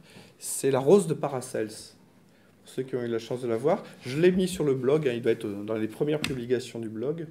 La Rose de Paracels, c'est un tout petit court-métrage qui est très très bien fait. Et on voit justement ce vieil alchimiste dont le feu est éteint, dont les creusets ont pris la poussière ainsi que les ballons. Parce ça y est, il est arrivé au sommet de son art. Mais dans un premier temps, non, il faut éprouver dans la matière. Enfin, c'est ma conviction, puisque finalement, ça fait relativement peu de temps que je m'intéresse à l'alchimie, puisque ça fait à peu près une 12aine d'années. Donc, j'ai pu avancer très vite grâce à l'épreuve du laboratoire. Alors, c'est sûr que ma part de laboratoire, on va progressivement diminuer. J'en faisais beaucoup plus avant, parce que j'essayais dans tous les sens. Hein. J'ai testé plein de trucs. Hein. Et puis, au fur et à mesure, on comprend de mieux en mieux le grand œuvre, et puis on se recentre. Et puis, un jour, comme disait Jean-Claude, je dis... J'ai tout sous les yeux depuis le début. On a cherché, on a expérimenté dans tous les sens, et d'un coup, on se rend compte que le grand œuvre est affiché partout. Et quand je dis partout, partout. Il est partout. Parce qu'en fait, le grand œuvre, il se résume en une seule phrase. Donc on ne peut pas faire mieux. À la croisée des chemins naît la rose. Sec. Naît la rose. Et pourtant, je dirais qu'on ne peut pas dire mieux en résumant le grand œuvre. Croiser les chemins, 4 énergies cardinales, une 5e dimension qui apparaît. C'est le grand œuvre alchimique. Alors, il faut des années de labeur pour commencer à le percevoir, commencer à le ressentir, et après le vivre, parce que le but, c'est de le vivre. Et effectivement, quand on vit le grand œuvre en soi, on n'a plus besoin du laboratoire. Mais il faut un laboratoire physique qui ne demande pas des millions. Hein. Alors, le laboratoire spagyrique, il faut être très clair, ça peut être une caisse en plastique, et on fait ça dans la cuisine de temps en temps. Un laboratoire alchimique, non. Un laboratoire alchimique, c'est une pièce dédiée. Elle n'a pas besoin d'être immense. Hein. Mon laboratoire, il n'est pas très grand. En plus, je vais le déménager, il va être encore plus petit. Mais on a besoin de... C'est un lieu... C'est vraiment un lieu hors de l'espace et du temps. On crée une bulle. Et d'ailleurs, dans les premiers temps qu'on travaille le laboratoire, on met un temps à rentrer dans son laboratoire. On ne rentre pas comme ça, hop, on allume le feu et c'est parti. Non. Il faut lâcher tout ce qui se passe à l'extérieur pour se mettre en phase de réception. Les Hébreux avaient un terme pour ça, c'est l'oulam. Recevoir Dieu. C'est abandonner tout ce qui nous agite, toutes nos pensées, tout ça, pour être en phase de réception du grand œuvre de la nature, et entendre la nature, la percevoir, s'exprimer. Vous savez, ce qui est très surprenant, moi je suis quelqu'un d'hyperactif à la base, je me suis surpris à regarder pendant 4 heures des gouttes tomber. Vous quittez l'espace et le temps. Pendant 4 heures, vous n'êtes plus là. Et il se passe là des compréhensions qu'au début, votre intellect n'arrive pas à formuler. Ça vient progressivement à la conscience. Des fois, il faut des semaines, voire des mois pour que ça vienne à la conscience. Mais il se passe quelque chose. Il se passe quelque chose qui est imperceptible. Voilà. Peut-être un mot sur le laboratoire, par quelqu'un qui en rêve et qui le prépare petit à petit. je donne un autre éclairage sur ce laboratoire. Actuellement, nous constatons, c'est simple, c'est dans les chiffres, les livres d'alchimie se vendent, tout le monde parle d'alchimie, beaucoup de personnes utilisent le sigle alchimie parce que c'est porteur, et c'est quelque chose qui commence à réapparaître. Alors pourquoi ça réapparaît aujourd'hui ? Je pense que ça n'est pas que les techniques de communication, ça n'est pas que la magie du mot alchimie, c'est parce que consciemment ou inconsciemment, on est relié à cet esprit de l'alchimie, c'est-à-dire le refus de la dégradation, le refus de la mort, le refus des scories, le refus. L'alchimiste, il va faire son travail de purification, spagyriste si tu veux, de purification, de fabrication de la pierre philosophale.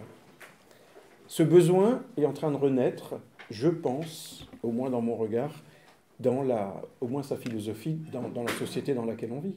C'est-à-dire on voit qu'il y a des choses à nettoyer, il y a des choses qui ne peuvent pas aller plus loin.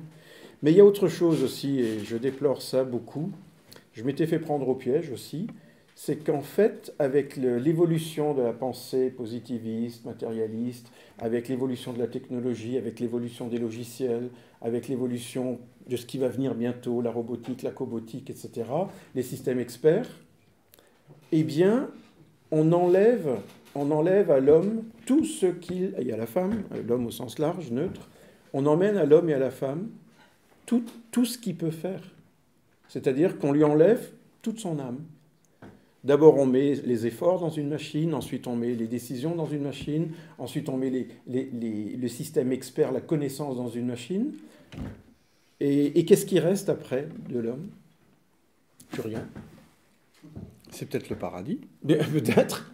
Parce que si on enlève tout ce qui est fort, Ouais. qui coûte, et qui reste à l'homme juste Alors, le merveilleux, ouais. ça passerait pas ça le paradis ? Ouais. Tu m'as Mais coupé. peut-être qu'il faudrait amener le temps de libre vers autre Ouais. chose.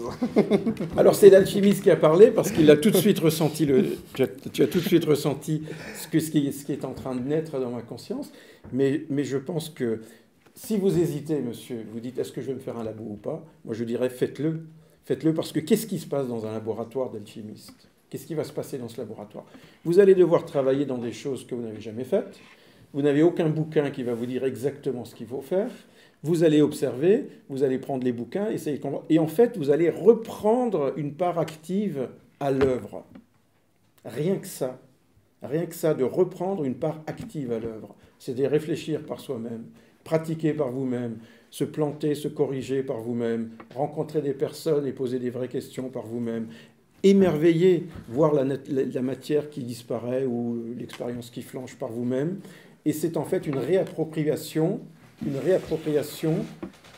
d'une activité. Et pas n'importe laquelle. Bien sûr, on peut le faire avec la cuisine, avec la peinture, avec la musique. Mais se réapproprier un art, et notamment le plus grand, le plus beau des arts, l'art royal. Donc si quelqu'un parmi vous est venu ce soir en se disant « Tiens, je ne sais pas, est-ce que je vais chez Ikea m'acheter un laboratoire d'alchimie ?» Eh bien, vous ne le trouverez pas là-bas, mais vous trouverez tout ce qu'il faut pour commencer. Et c'est pas très compliqué un laboratoire. Et je pense, et je termine là-dessus, je pense aussi que nous sommes dans une phase de chaotisation, et on peut voir notre société, pour ceux qui sont intéressés, parce qu'il y a aussi ceux que ça ne dérange pas du tout, hein, et qui attendent 20 ans, qui vont se faire cryogéniser en se disant « on me réveille dans 200 ans quand il y aura le remède ». Mais cette chaotisation, cette perte des valeurs, cette perte des formes, cette perte de tout ce qu'on a connu, est un moment particulier, parce que si ça se passe comme en alchimie, c'est-à-dire que l'esprit qui a vraiment donné cette structure, qui est en train de s'effondrer, se libère de la forme, se libère des dogmes, se libère du dépérissement inévitable de toute structure, eh bien toute cette énergie, comme tu l'as dit, elle devient disponible pour faire du neuf. Et on peut, avec un œil d'alchimiste, se dire « nous vivons une très belle époque ». Chouette, l'œuvre noire. Donc il y a l'œuvre blanche derrière.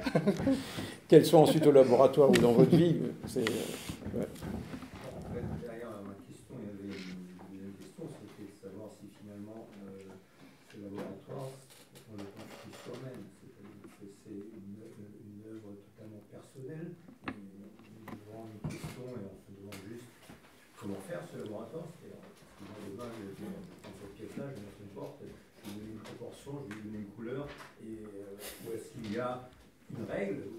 y a peut-être un maître qui, à un moment donné, va nous dire Un copain suffit, tu diras, un copain suffit. ou est-ce que c'est, comme tout autre, je dirais, chemin initiatique, un chemin totalement personnel, où on va mettre dans ce laboratoire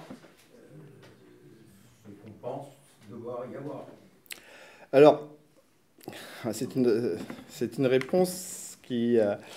la question étant multiple, la réponse pourra être que multiple. Oui, il y a des techniques pour monter un laboratoire. Mais est-ce que c'est le plus important? Est-ce qu'on peut avoir un laboratoire qui ressemble à rien, mais dans lequel on se sent vraiment dans un laboratoire, dans notre Athanor, dans notre antre à nous? Ou avoir un super laboratoire tip-top design et toutes les technologies disponibles et dans lequel on a l'impression d'être juste une pièce rajoutée dedans? Je pense que le plus important, c'est comment on va ressentir et qu'est-ce qu'on va y faire. Parce que ce laboratoire, on va lui donner une âme, on va l'animer par notre travail. Et c'est donc ce que l'on va vivre, c'est ce qu'on va y mettre qui va nourrir ce laboratoire, qui va construire ce laboratoire. Alors oui, idéalement, il y a des orientations, il y a des dispositions afin de respecter des principes d'énergie, etc. Idéalement. Mais il faut bien comprendre que dès qu'on dit en alchimie, idéalement, ou même certains auteurs vous disent il faut faire ça, sans ça, vous ne pourrez pas y arriver, c'est surtout la chose à ne pas faire. En fait, c'est des pièges qui sont tendus. Les alchimistes aiment bien tendre des pièges de ce genre-là. Chaque fois qu'ils donnent un impératif, c'est justement ce qu'il ne faut pas faire. Donc, oui, mais il faut comprendre la philosophie. C'est-à-dire, comme on dit que ça transforme le plomb en or, l'alchimiste, il n'en a rien à faire de fabriquer le matériau or chimique. Ça l'intéresse absolument pas. Lui, ce qu'il veut, c'est retrouver la lumière qui est à l'origine. D'ailleurs, il y a un petit jeu de mots qui est très intéressant avec l'alchimie. Si vous inversez le mot alchimie, Michael. Et Michael, qu'est-ce qu'il a fait? Il a fait la chute, il a précipité dans la matière. Lucifer dans la matière. Donc Lucifer, le porteur de lumière. Donc finalement, nous, on fait le boulot d'inverse de Michael. On sort la lumière de la matière, on la libère. Et c'est peut-être ça la vraie quête de l'alchimiste. Et donc c'est toujours voir la lumière là où on dit qu'il n'y en a pas. Et ça devient non pas un choix de vie, mais un état d'être. Comme les Jean-Claude, on vit une époque qui n'est pas facile. Pour la très grande majorité d'entre nous, qui n'est pas facile. Parce que... Pourquoi? On ne peut pas dire que la médecine va mieux. Je veux dire, on a tous un confort matériel, si on fait 50 ans en arrière, qui n'existait pas. Je veux dire, on a peut-être du coup des exigences matérielles que nos parents ou nos grands-parents n'avaient pas. Peut-être qu'il faut apprendre à remettre les bonnes choses aux bonnes places. Pour ça, d'ailleurs, une chose qui est extraordinaire, c'est de faire par exemple le chemin de Compostelle. Pendant 2 mois, se dépouiller. Avoir rien. Juste rien. C'est juste merveilleux. Et vous vous rendez compte à la fin du chemin, mais ça fait des années que je m'encombre d'un appartement entier de choses inutiles, qui étaient pour moi avant des exigences de vie. Mais voilà, c'est vraiment... Le laboratoire, c'est comme un chemin de Compostelle. On va apprendre à enlever tout ce qui sert à rien. Et donc, finalement, si on peut commencer comme ça. C'est peut-être le meilleur conseil, comment commencer avec un laboratoire, avec rien. Et après, ce qu'on a vraiment besoin, on va le mettre dedans. Je crois qu'on ne peut pas faire mieux comme conseil pour créer un laboratoire. Autrefois, dans certains traités, lorsqu'on posait cette question, eh bien, on leur disait il faut commencer par fabriquer ton ballon. Donc, le chimiste, il commençait par souffler du verre, fabriquer son ballon. Ensuite, on lui disait il faut qu'il tienne au feu. Donc, il regardait ce qui tenait au petit feu, au grand feu, etc. Et ensuite, il faut construire un athanor, il faut construire un four selon ce que vous voulez faire, acheter des équipements pour faire des distillations à petit feu, des distillations à grand feu, acheter des pélicans, des systèmes qui permettent la recirculation des vapeurs. Il y a un matériel technique qu'on trouve dans tous les bons bouquins. Et puis, si vous avez des copains, vous leur demandez. Les alchimistes sont beaucoup moins retenus qu'on ne le dit.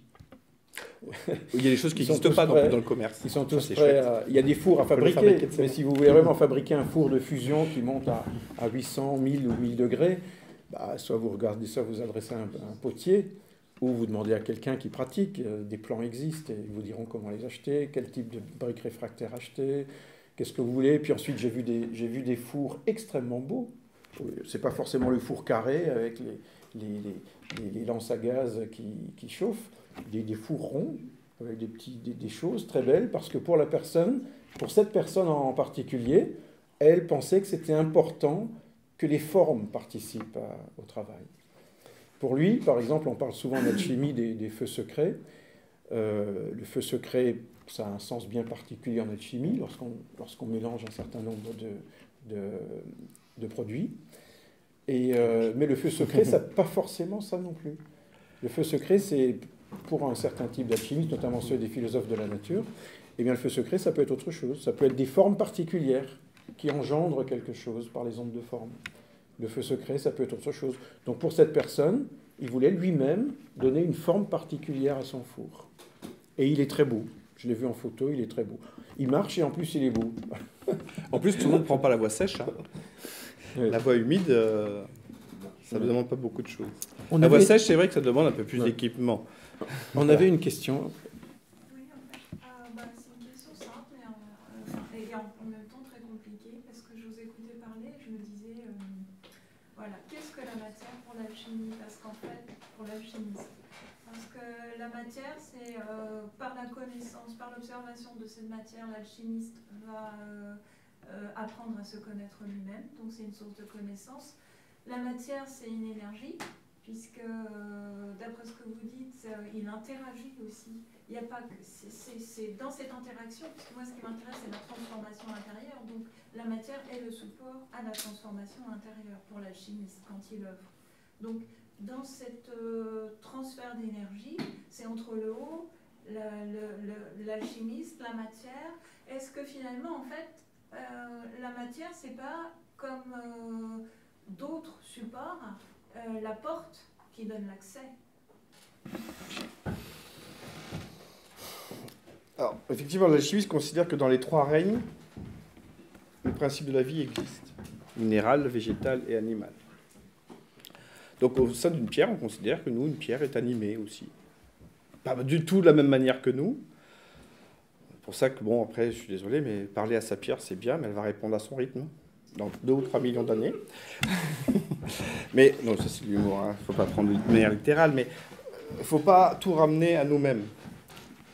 Bien sûr que les plans d'existence entre les règnes ne sont pas les mêmes, mais on a des relations. Et ce qui est extraordinaire, c'est au laboratoire, on peut les manifester, ces relations. On peut manifester qu'effectivement, il y a la forme, hein, la manifestation la plus aboutie, dense dans laquelle nous sommes tous, mais il existe aussi un plan d'énergie, un plan qu'on pourrait appeler de spiritus, hein, où on va parler de l'énergie de vie originelle, qui sont les 3 états de la manifestation, le corpus, animus, spiritus.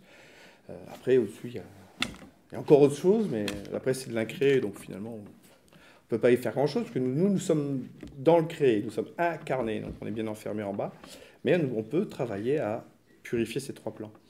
Et on peut y rattacher de manière très très simple le sel, le soufre et le mercure, d'ailleurs, au demeurant. Enfin, donc, il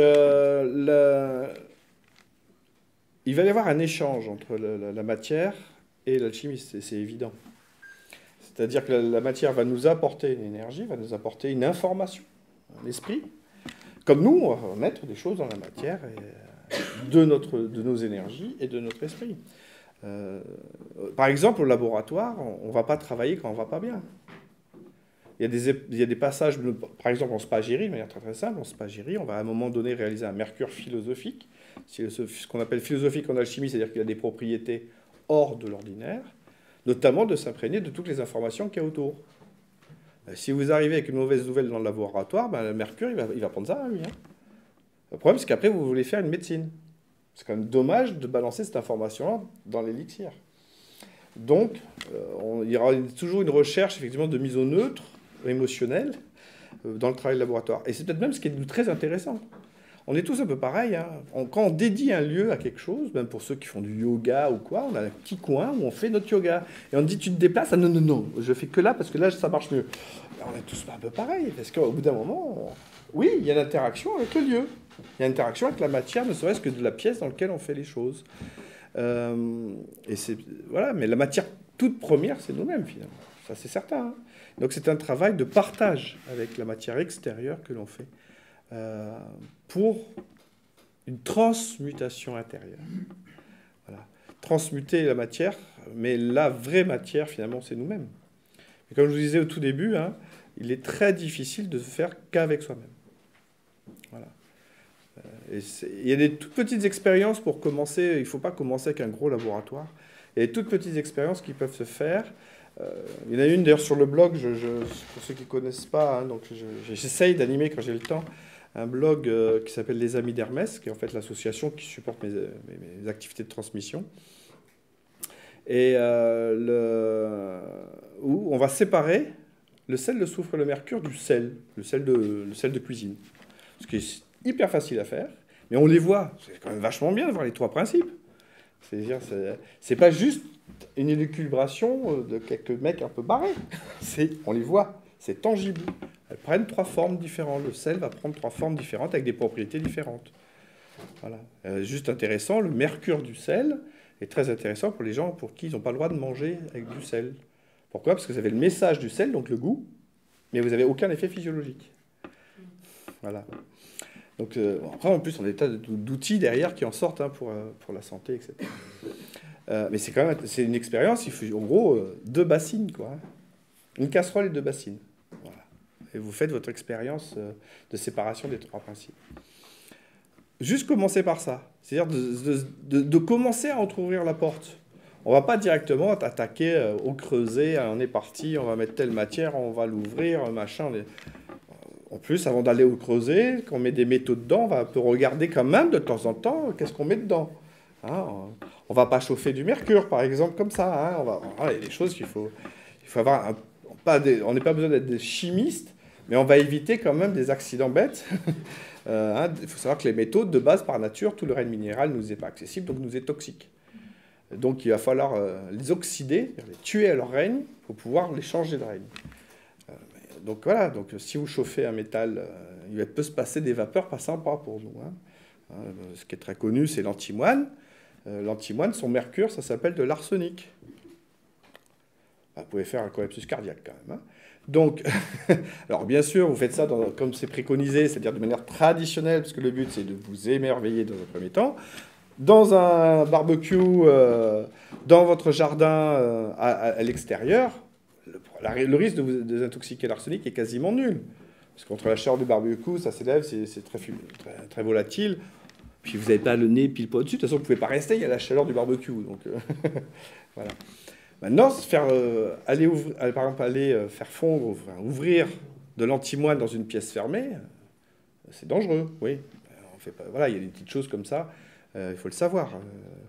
Voilà. Alors, Mademoiselle. Juste une question, mais est-ce que l'âge compte pour commencer avec l'expérience de la vie, etc. Oh non. Souvent dans les traités, on dit qu'il faut beaucoup d'années. Certains disent j'ai passé 40 ans de ma vie et j'ai toujours rien compris. Mais dans toute chose, si vous commencez jeune, c'est tant mieux. Hein. C'est tant mieux. Et je me suis posé la question tout à l'heure. Il y a beaucoup de personnes jeunes dans la salle. Et c'est très réjouissant. Et je voulais changer l'ordre de la communication. Et j'aurais voulu vous demander, comme vous avez commencé, qu'est-ce qui vous a attiré à participer à une conférence sur l'alchimie? Toutes ces sciences, juste on a vu les événements sur Facebook. Et oui, parce que c'est un peu, ah oui. un peu vaste, enfin c'est un peu flou tout ça pour nous. Du coup, on est là pour vraiment concrètement savoir ce que c'était. Eh bien, vous avez bien fait, parce qu'effectivement, aujourd'hui, quand on est jeune et qu'on s'intéresse à l'alchimie, le premier réflexe, c'est de dire je tape alchimie sur mon clavier, je tape Enter, et je regarde les pages qui défilent. Et effectivement, c'est une démarche qui est celle d'aujourd'hui. Mais dans son esprit, c'est la même qu'autrefois. Autrefois, il faut savoir quand même qu'à l'époque où est apparue l'impression, Gutenberg, on ne le dit pas trop, mais les livres les plus imprimés, hormis les impressions de la Bible, c'était des livres d'alchimie. C'était tellement grave, les livres d'alchimie circulaient circulait, et c'était devenu tellement grave pour le système en place, c'est-à-dire le roi et le pape, qu'à un moment donné, on a interdit l'impression des livres d'alchimie. Alors comment ça se fait qu'il y a 500 ans, 400 ou 500 ans, on ait interdit l'impression des livres d'alchimie? Moi, je pense que justement, les livres d'alchimie, et la pratique encore plus, permet de retrouver un sens à soi-même, à la vie, aux connaissances de l'univers. Et on commence à penser par soi-même, à regarder par soi-même, et il s'ouvre dans l'alchimiste une lumière qui est liée à sa pratique et à sa façon de penser. Pas forcément... Alors là, il y a plusieurs écoles. Hein. C'est-à-dire, quand on travaille au laboratoire et qu'on fait toutes ces expériences, eh bien, quelque chose se passe forcément, puisqu'on est dans un processus conscient. Et dès qu'on est dans un processus conscient, la conscience évolue. Il existe aussi d'autres voies d'alchimie. Vous avez de nombreux maîtres, hein. Si vous remontez au XIIIe, au premier, etc. Il y a des voies qui s'appellent alchimiques, mais qui ne le sont pas, mais qui sont de la haute mystique. C'est-à-dire, et ces personnes ont utilisé, parfois c'était même dans les couvents, de grands alchimistes étaient des moines, hein, et donc ils devaient écrire des choses sans se faire repérer. Mais ce qui est intéressant, c'est que l'alchimie ouvre la conscience. Et ouvre la conscience à quoi?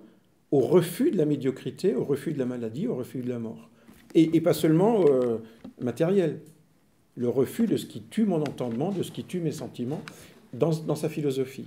Si je peux me permettre. Et donc c'est une bonne chose d'avoir tous ces jeunes qui s'intéressent à l'alchimie. Excuse-moi Jean-Claude, mais vas-y, juste... je suis pas d'accord avec le mot refus. Le travail au laboratoire avec le temps nous amène à percevoir la lumière partout. Donc c'est pas le refus des ténèbres, tout ce qui va pas. On est comme tout le monde, on a des yeux, on sait regarder les choses, on voit que ça va pas. Mais on va toujours chercher la lumière. C'est-à-dire qu'on va s'intéresser beaucoup plus au côté lumineux qu'au côté ténébreux des choses. Et après, notre travail, c'est de libérer la ganse afin de faire éclore la lumière. Mais notre regard se porte sur la lumière et non pas sur les ténèbres. Mère Teresa avait une phrase magnifique qui résume finalement bien la pensée de l'alchimiste. Tant que vous me demanderez d'intervenir dans des colloques contre la guerre, je serai absente. Le jour où ça sera un colloque pour la paix, je serai à vos côtés. Et je crois que c'est vraiment c'est ça la pensée alchimique. Et la pensée hermétiste, d'une manière globale, on s'intéresse à la lumière. Une preuve qui est bien plus intéressante de s'intéresser aux ténèbres, à la lumière qu'aux ténèbres, pardon, hein, une simple bougie dans une pièce obscure, et la pièce n'est plus obscure. Donc, faisons de cette bougie un brasier flamboyant.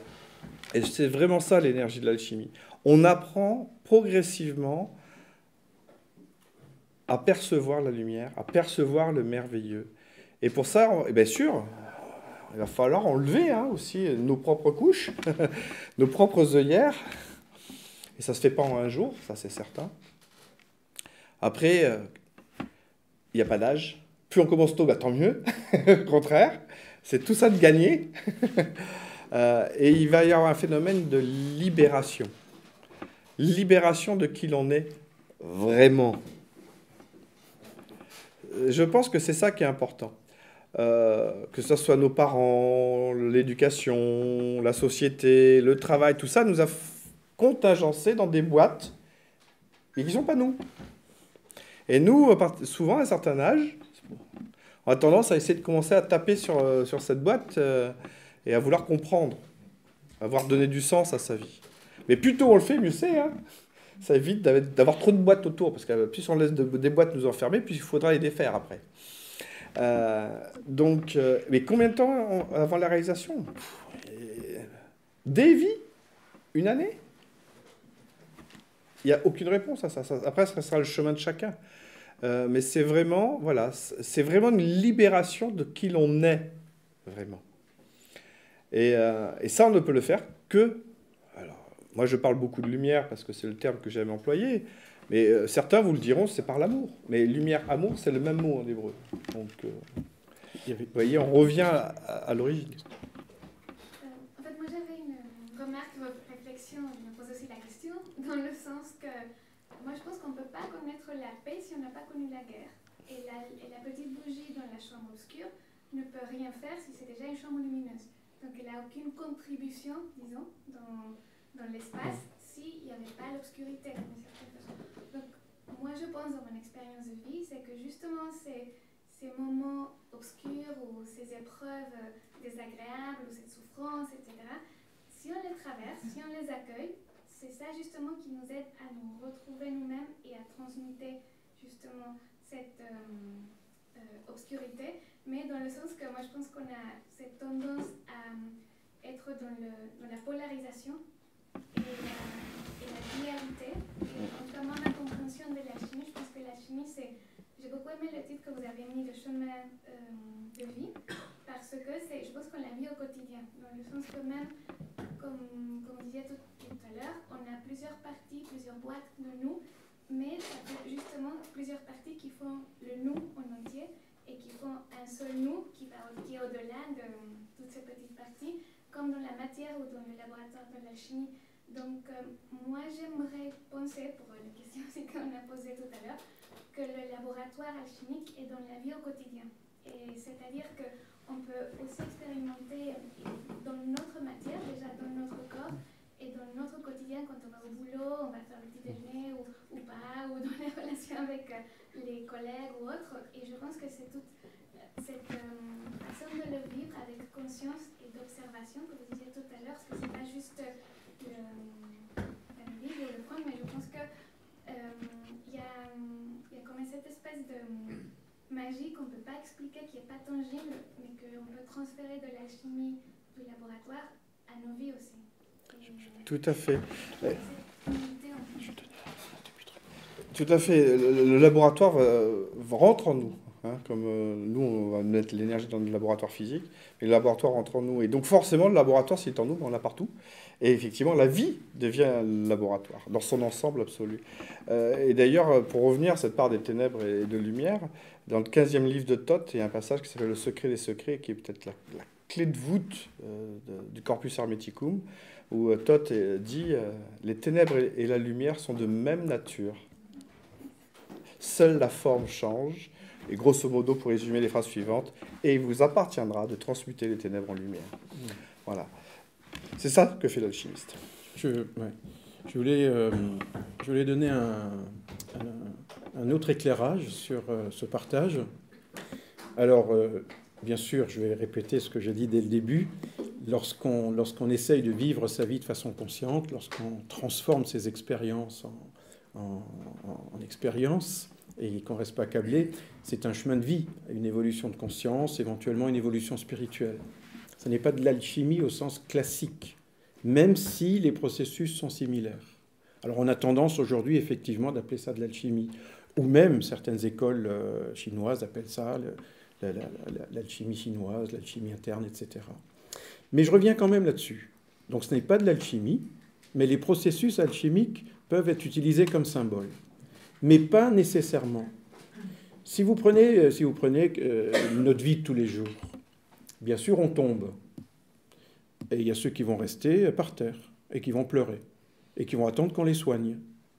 Ils n'iront pas en enfer pour autant. Et il y a ceux qui vont se relever, et qui vont se soigner tout seuls. Ils n'iront pas au paradis non plus pour autant, ni en enfer. C'est-à-dire qu'il n'y a pas une bonne et une mauvaise façon de vivre. Il y a des façons différentes de vivre.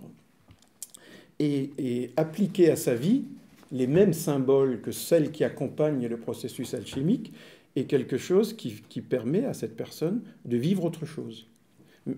Et actuellement, le grand piège dans lequel nous sommes, et qui est lié à la pensée analytique, la pensée cartésienne, le management par objectif, etc., et puis tous ces effets induits du management personnel, etc., qui fait que les gens deviennent fous. Donc, vous pouvez résoudre votre vie et votre solution en essayant d'être toujours mieux. Mais à un moment donné, vous pouvez aussi dire « j'arrête, je commence à voir ». Et si vous voulez utiliser une façon de voir de la philosophie alchimique, eh bien ça commence par l'œuvre noire. C'est-à-dire « j'arrête, je tue la forme que j'essaye de préserver parce qu'il y a dedans un malaise qui la rend malade et que j'ignore. ou que j'ignore, et c'est peine perdue. C'est peine perdue. Comme disait dernièrement une personne qui me parlait d'alchimie, dans la pensée de Paracels, elle disait la chose suivante, c'est la même sève qui fait fleurir la fleur, qui fait mûrir le fruit et qui fait pourrir le fruit. C'est la même sève. C'est-à-dire qu'à un moment donné, vous pouvez vous battre contre la nature, ça ne marchera pas. Les processus alchimiques ont un processus qui va dans une forme de surnature. C'est-à-dire que, eh bien, on va arrêter de faire le héros. On arrête, pour reprendre une image du livre de Jung, hein, qui passe inaperçue, c'est une image parmi d'autres, mais à un moment donné, Jung, dans son livre rouge, parle de la mort du héros. Alors, ce n'est pas tout à fait comme la fin des idoles, ou de Nietzsche, ou ces grands penseurs, mais à un moment donné, il faut arrêter de courir. Surtout si vous voulez la paix. Surtout si vous voulez être tranquille. Oui, mais à ce moment-là, s'effondre tout ce que vous avez cru. Mais au moment où ça s'effondre, qu'est-ce qui s'effondre? C'est la perte de temps et la perte d'énergie. Mais l'énergie, elle est intacte et disponible. Et là, vous reconstruisez quelque chose et vous passez dans une autre phase. Mais il faut avoir ce courage de mourir. C'est la quête de la solution, ça c'est la course à l'infini, et il y a l'autre solution, c'est la dissolution. Et là, on commence l'œuvre noire. C'est-à-dire qu'on va ouvrir les potentiels pour qu'autre chose puisse apparaître. Mais tant qu'on est dans la quête de la forme, on ne dissout rien, donc on ne peut pas libérer les potentiels. Après, il y a une chose qui est très importante à comprendre, je crois, et pour interpréter les livres traditionnels, pour ceux qui intéressent, il faut bien comprendre que nous, notre pensée à l'heure actuelle est une pensée dualiste. Or, tous les textes alchimiques et hermétiques ne sont pas construits en pensée dualiste, mais en pensée ternaire. Et ça, c'est vraiment une des clés de compréhension des lectures. Alors, j'aime bien l'expliquer de manière très très simple. À la maternelle, on explique aux enfants que pour faire du feu, il faut de l'énergie, du carburant et du comburant. Donc on a bien un principe ternaire. Et d'ailleurs, qu'est-ce qu'on obtient de la lumière, hein, c'est ça qui est intéressant. L'astrophysique vous dit que l'espace, le temps et la matière.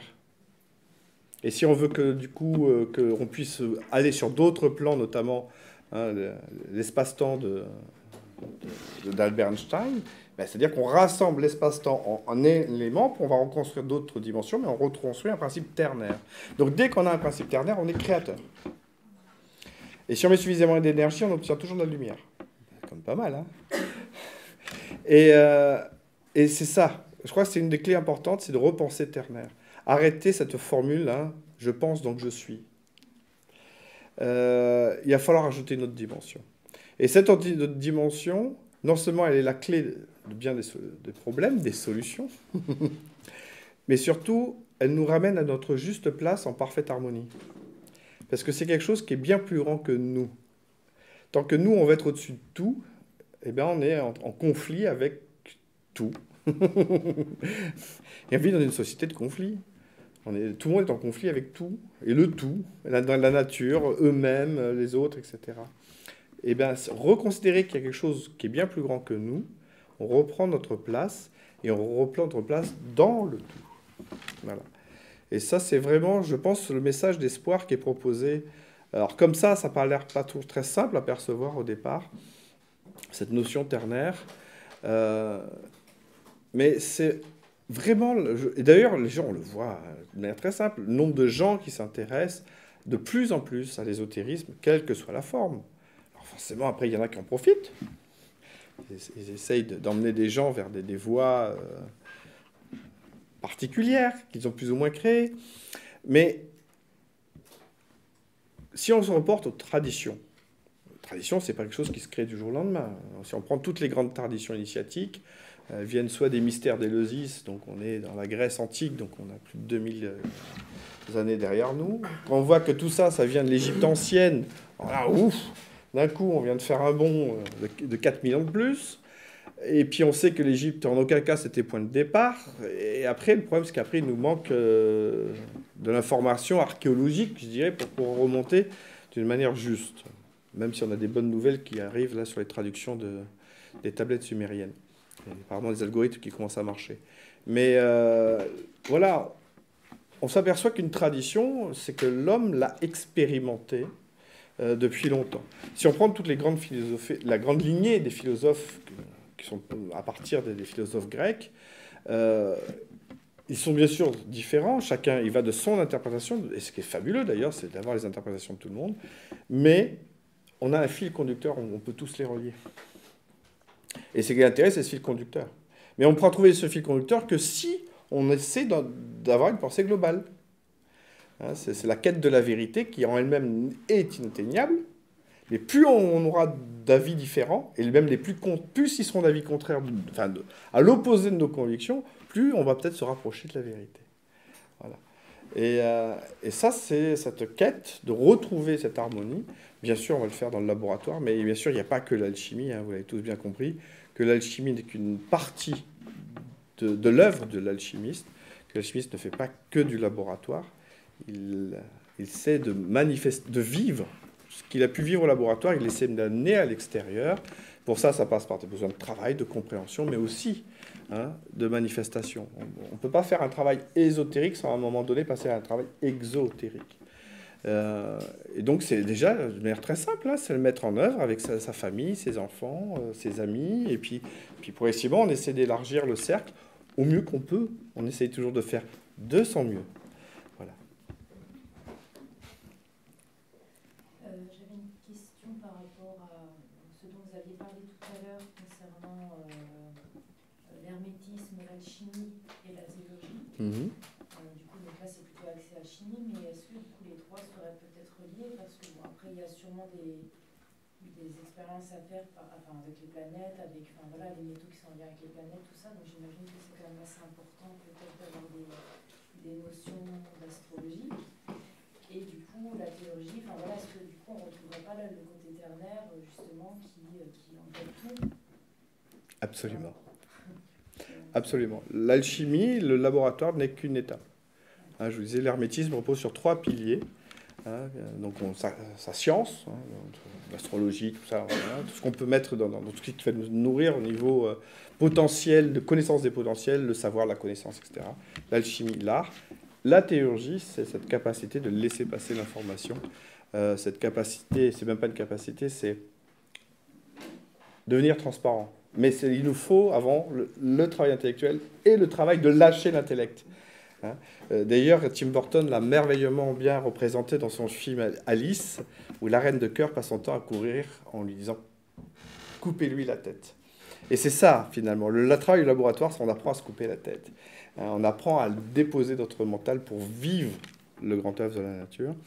Et donc forcément, si on arrive à commencer à vivre le grand œuvre de la nature, on va pouvoir progressivement rentrer en théologie. Et donc les trois deviennent progressivement indispensables. Et je dirais qu'à la fin va rester la théologie. Voilà. Où il n'y a plus du tout de mental, il n'y a plus rien. On est tout court. Et donc on peut laisser passer ce qui est bien plus grand que nous. Peut-être y a-t-il une autre question dans un domaine tout à fait... Allez-y, mademoiselle. Je ne sais pas si c'est une question de tout le monde. Si. Juste me poser la question de comment faire taire le mental par rapport à tout ça. Parce que c'est ça qui nous bloque, c'est le mental. Le laboratoire. J'ai pas trouvé d'autre solution. Si, sinon tu prends un sac à dos, 2 paires de chaussures et tu pars sur le chemin de Compostelle. C'est les 2 seules choses qui m'ont permis de lâcher mon mental. Voilà, grosso modo, au départ. Le laboratoire m'a permis de lâcher mon mental, mais c'est quand même plus facile à mettre en œuvre que partir 2 mois ou plus sur un pèlerinage. Mais le pèlerinage, c'est ça. Hein. On apprend à libérer son mental. Pour vous, le laboratoire, c'est un lieu de méditation, de rencontre intime avec son être intérieur, donc qu'on retrouve dans la nature, dans la beauté d'une fleur, etc. C'est pour ça que finalement on revient à la phrase de mon maître, la première phrase que ma maître m'a donnée, si tu veux tout comprendre dans l'alchimie, regarde l'herbe pousser. Voilà. Alors, oui, si je peux me permettre, on peut faire un développement spirituel, je l'ai dit déjà 3 fois, excusez-moi, ça veut dire qu'on a encore un quart d'heure. On peut très bien faire un développement spirituel en bénéficiant des états de conscience qui changent parce qu'on pratique la peinture. ou parce qu'on pratique le jardinage. Mais ce sont deux choses différentes. C'est-à-dire on pratique quelque chose dans l'alchimie, l'opératoire, ou on pratique la peinture, ou on pratique le métier qu'on fait. Et la conscience qu'on met dans la pratique, eh bien, va nous faire évoluer, forcément, puisque la matière ne triche pas. La matière ne triche pas. Si vous tapez à côté, vous allez taper à côté. Elle ne va pas vous dire tu vas en prison. Elle ne dit rien même. Elle dit vous tapez à côté. Donc le deuxième coup, vous tapez droit. Et donc vous apprenez quelque chose. C'est pas que le clou va se mettre à vous parler par télépathie.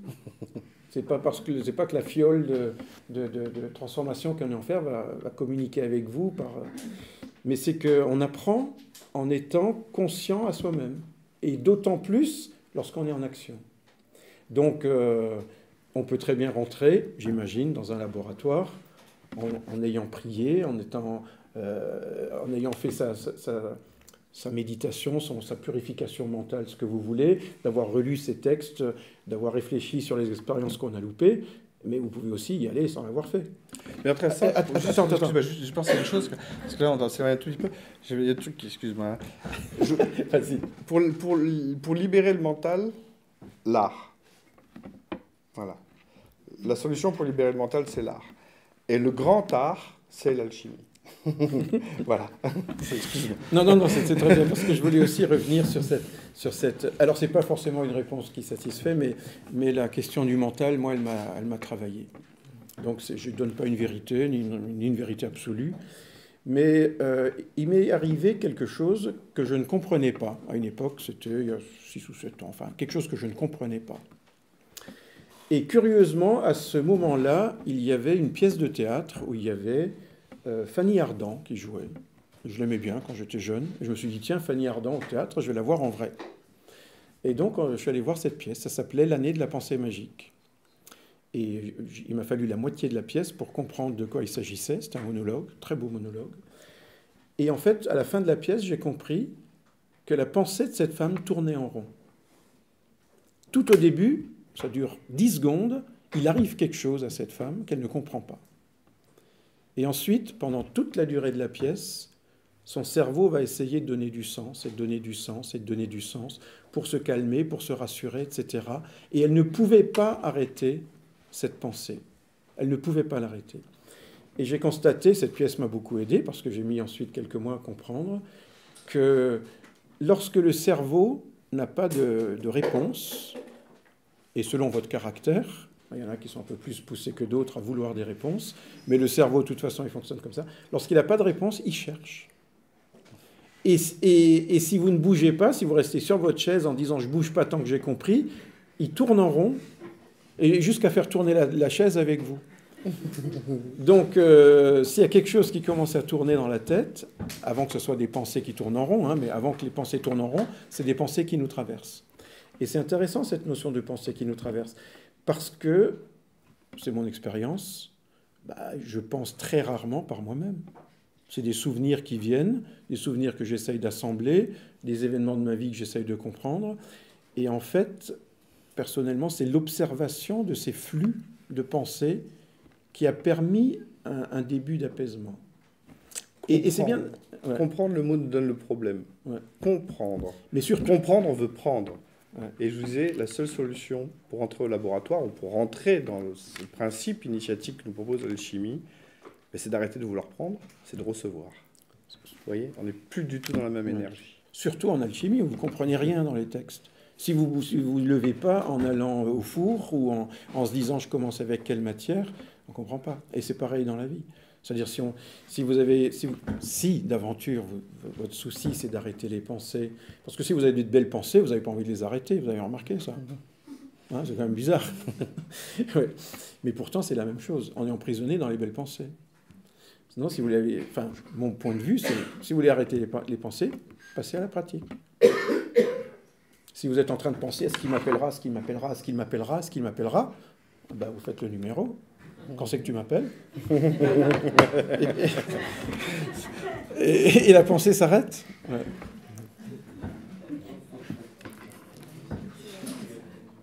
Donc l'importance aussi de passer au laboratoire. Ce qui est important, ce qui est intéressant au laboratoire, mais c'est pareil dans tout art, pour répondre à la question est-ce qu'on est obligé d'avoir un laboratoire, est-ce qu'on ne peut pas le faire en se promenant, etc. Et l'important, c'est de faire quelque chose.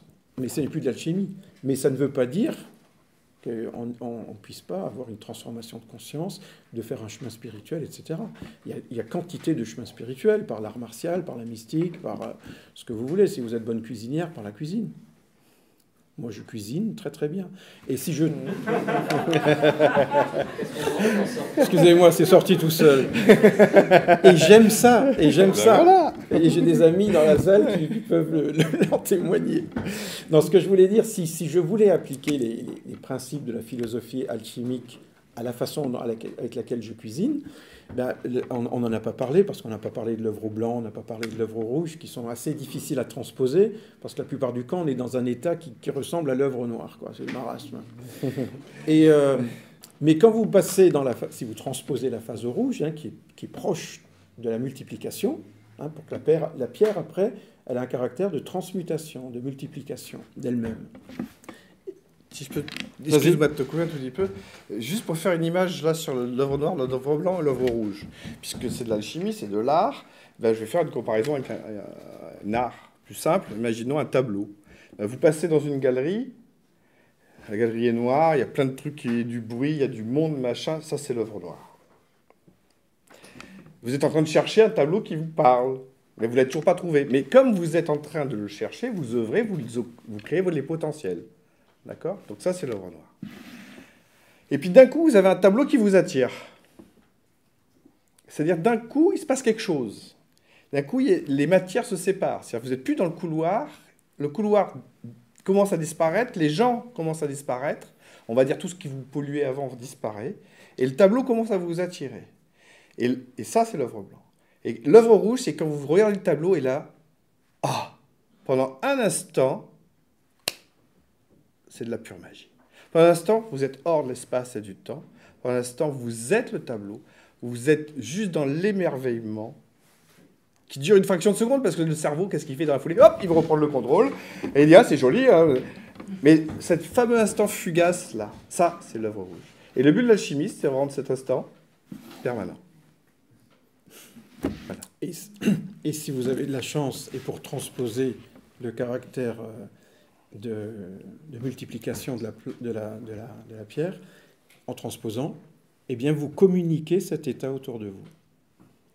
C'est-à-dire que vous avez tous remarqué, je vous le souhaite, que lorsque vous êtes amoureux, les gens vous sourient. Et en plus, vous n'êtes même plus fâché avec le voisin de palier. Et à la limite, il serait presque sympathique. Et... mais c'est plus de l'alchimie, hein, c'est simplement des processus de la psyché et de l'être. Lorsque vous dépassez quelque chose qui vous bloquait, qu'on peut appeler un problème, une ombre, n'importe quoi, quelque chose qui vous empêchait d'être entière, et que une fois calmé, vous commencez à voir clair, mais qu'une fois dans cette clarté, vous avez reconstruit votre vie, et qu'à un moment donné, ça devient rouge et lumineux, ça devient lumineux, comme l'a dit Yann, mais aussi il y a un effet secondaire, chaleureux. Hein, le feu a deux caractéristiques, en plus de la transformation. Il est lumineux, il réchauffe et il transforme profondément. Eh bien, ce caractère, il se communique autour de vous. Il se communique. Et si vous avez guéri quelque chose en vous, peut-être que sans le savoir, et les alchimistes étaient souvent des thérapeutes, eh bien, ils commençaient à pouvoir transmettre cette capacité de guérir pour les alchimistes thérapeutes. Nous devons arrêter dans 1 minute et il y aura donc une question. C'est pas une question, ça va être rapide. C'est pas ça le coup de foudre? L'œuvre rouge, la lumière et la chaleur sous l'eau? 2 coups de foudre. Et pour le faire à la grecque, il y a d'abord l'éclair, ensuite la foudre et puis le tonnerre.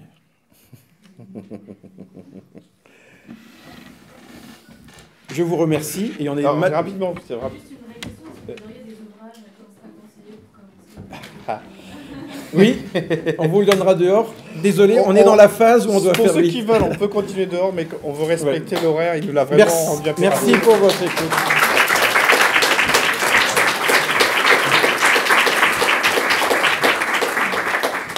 bientôt. Avec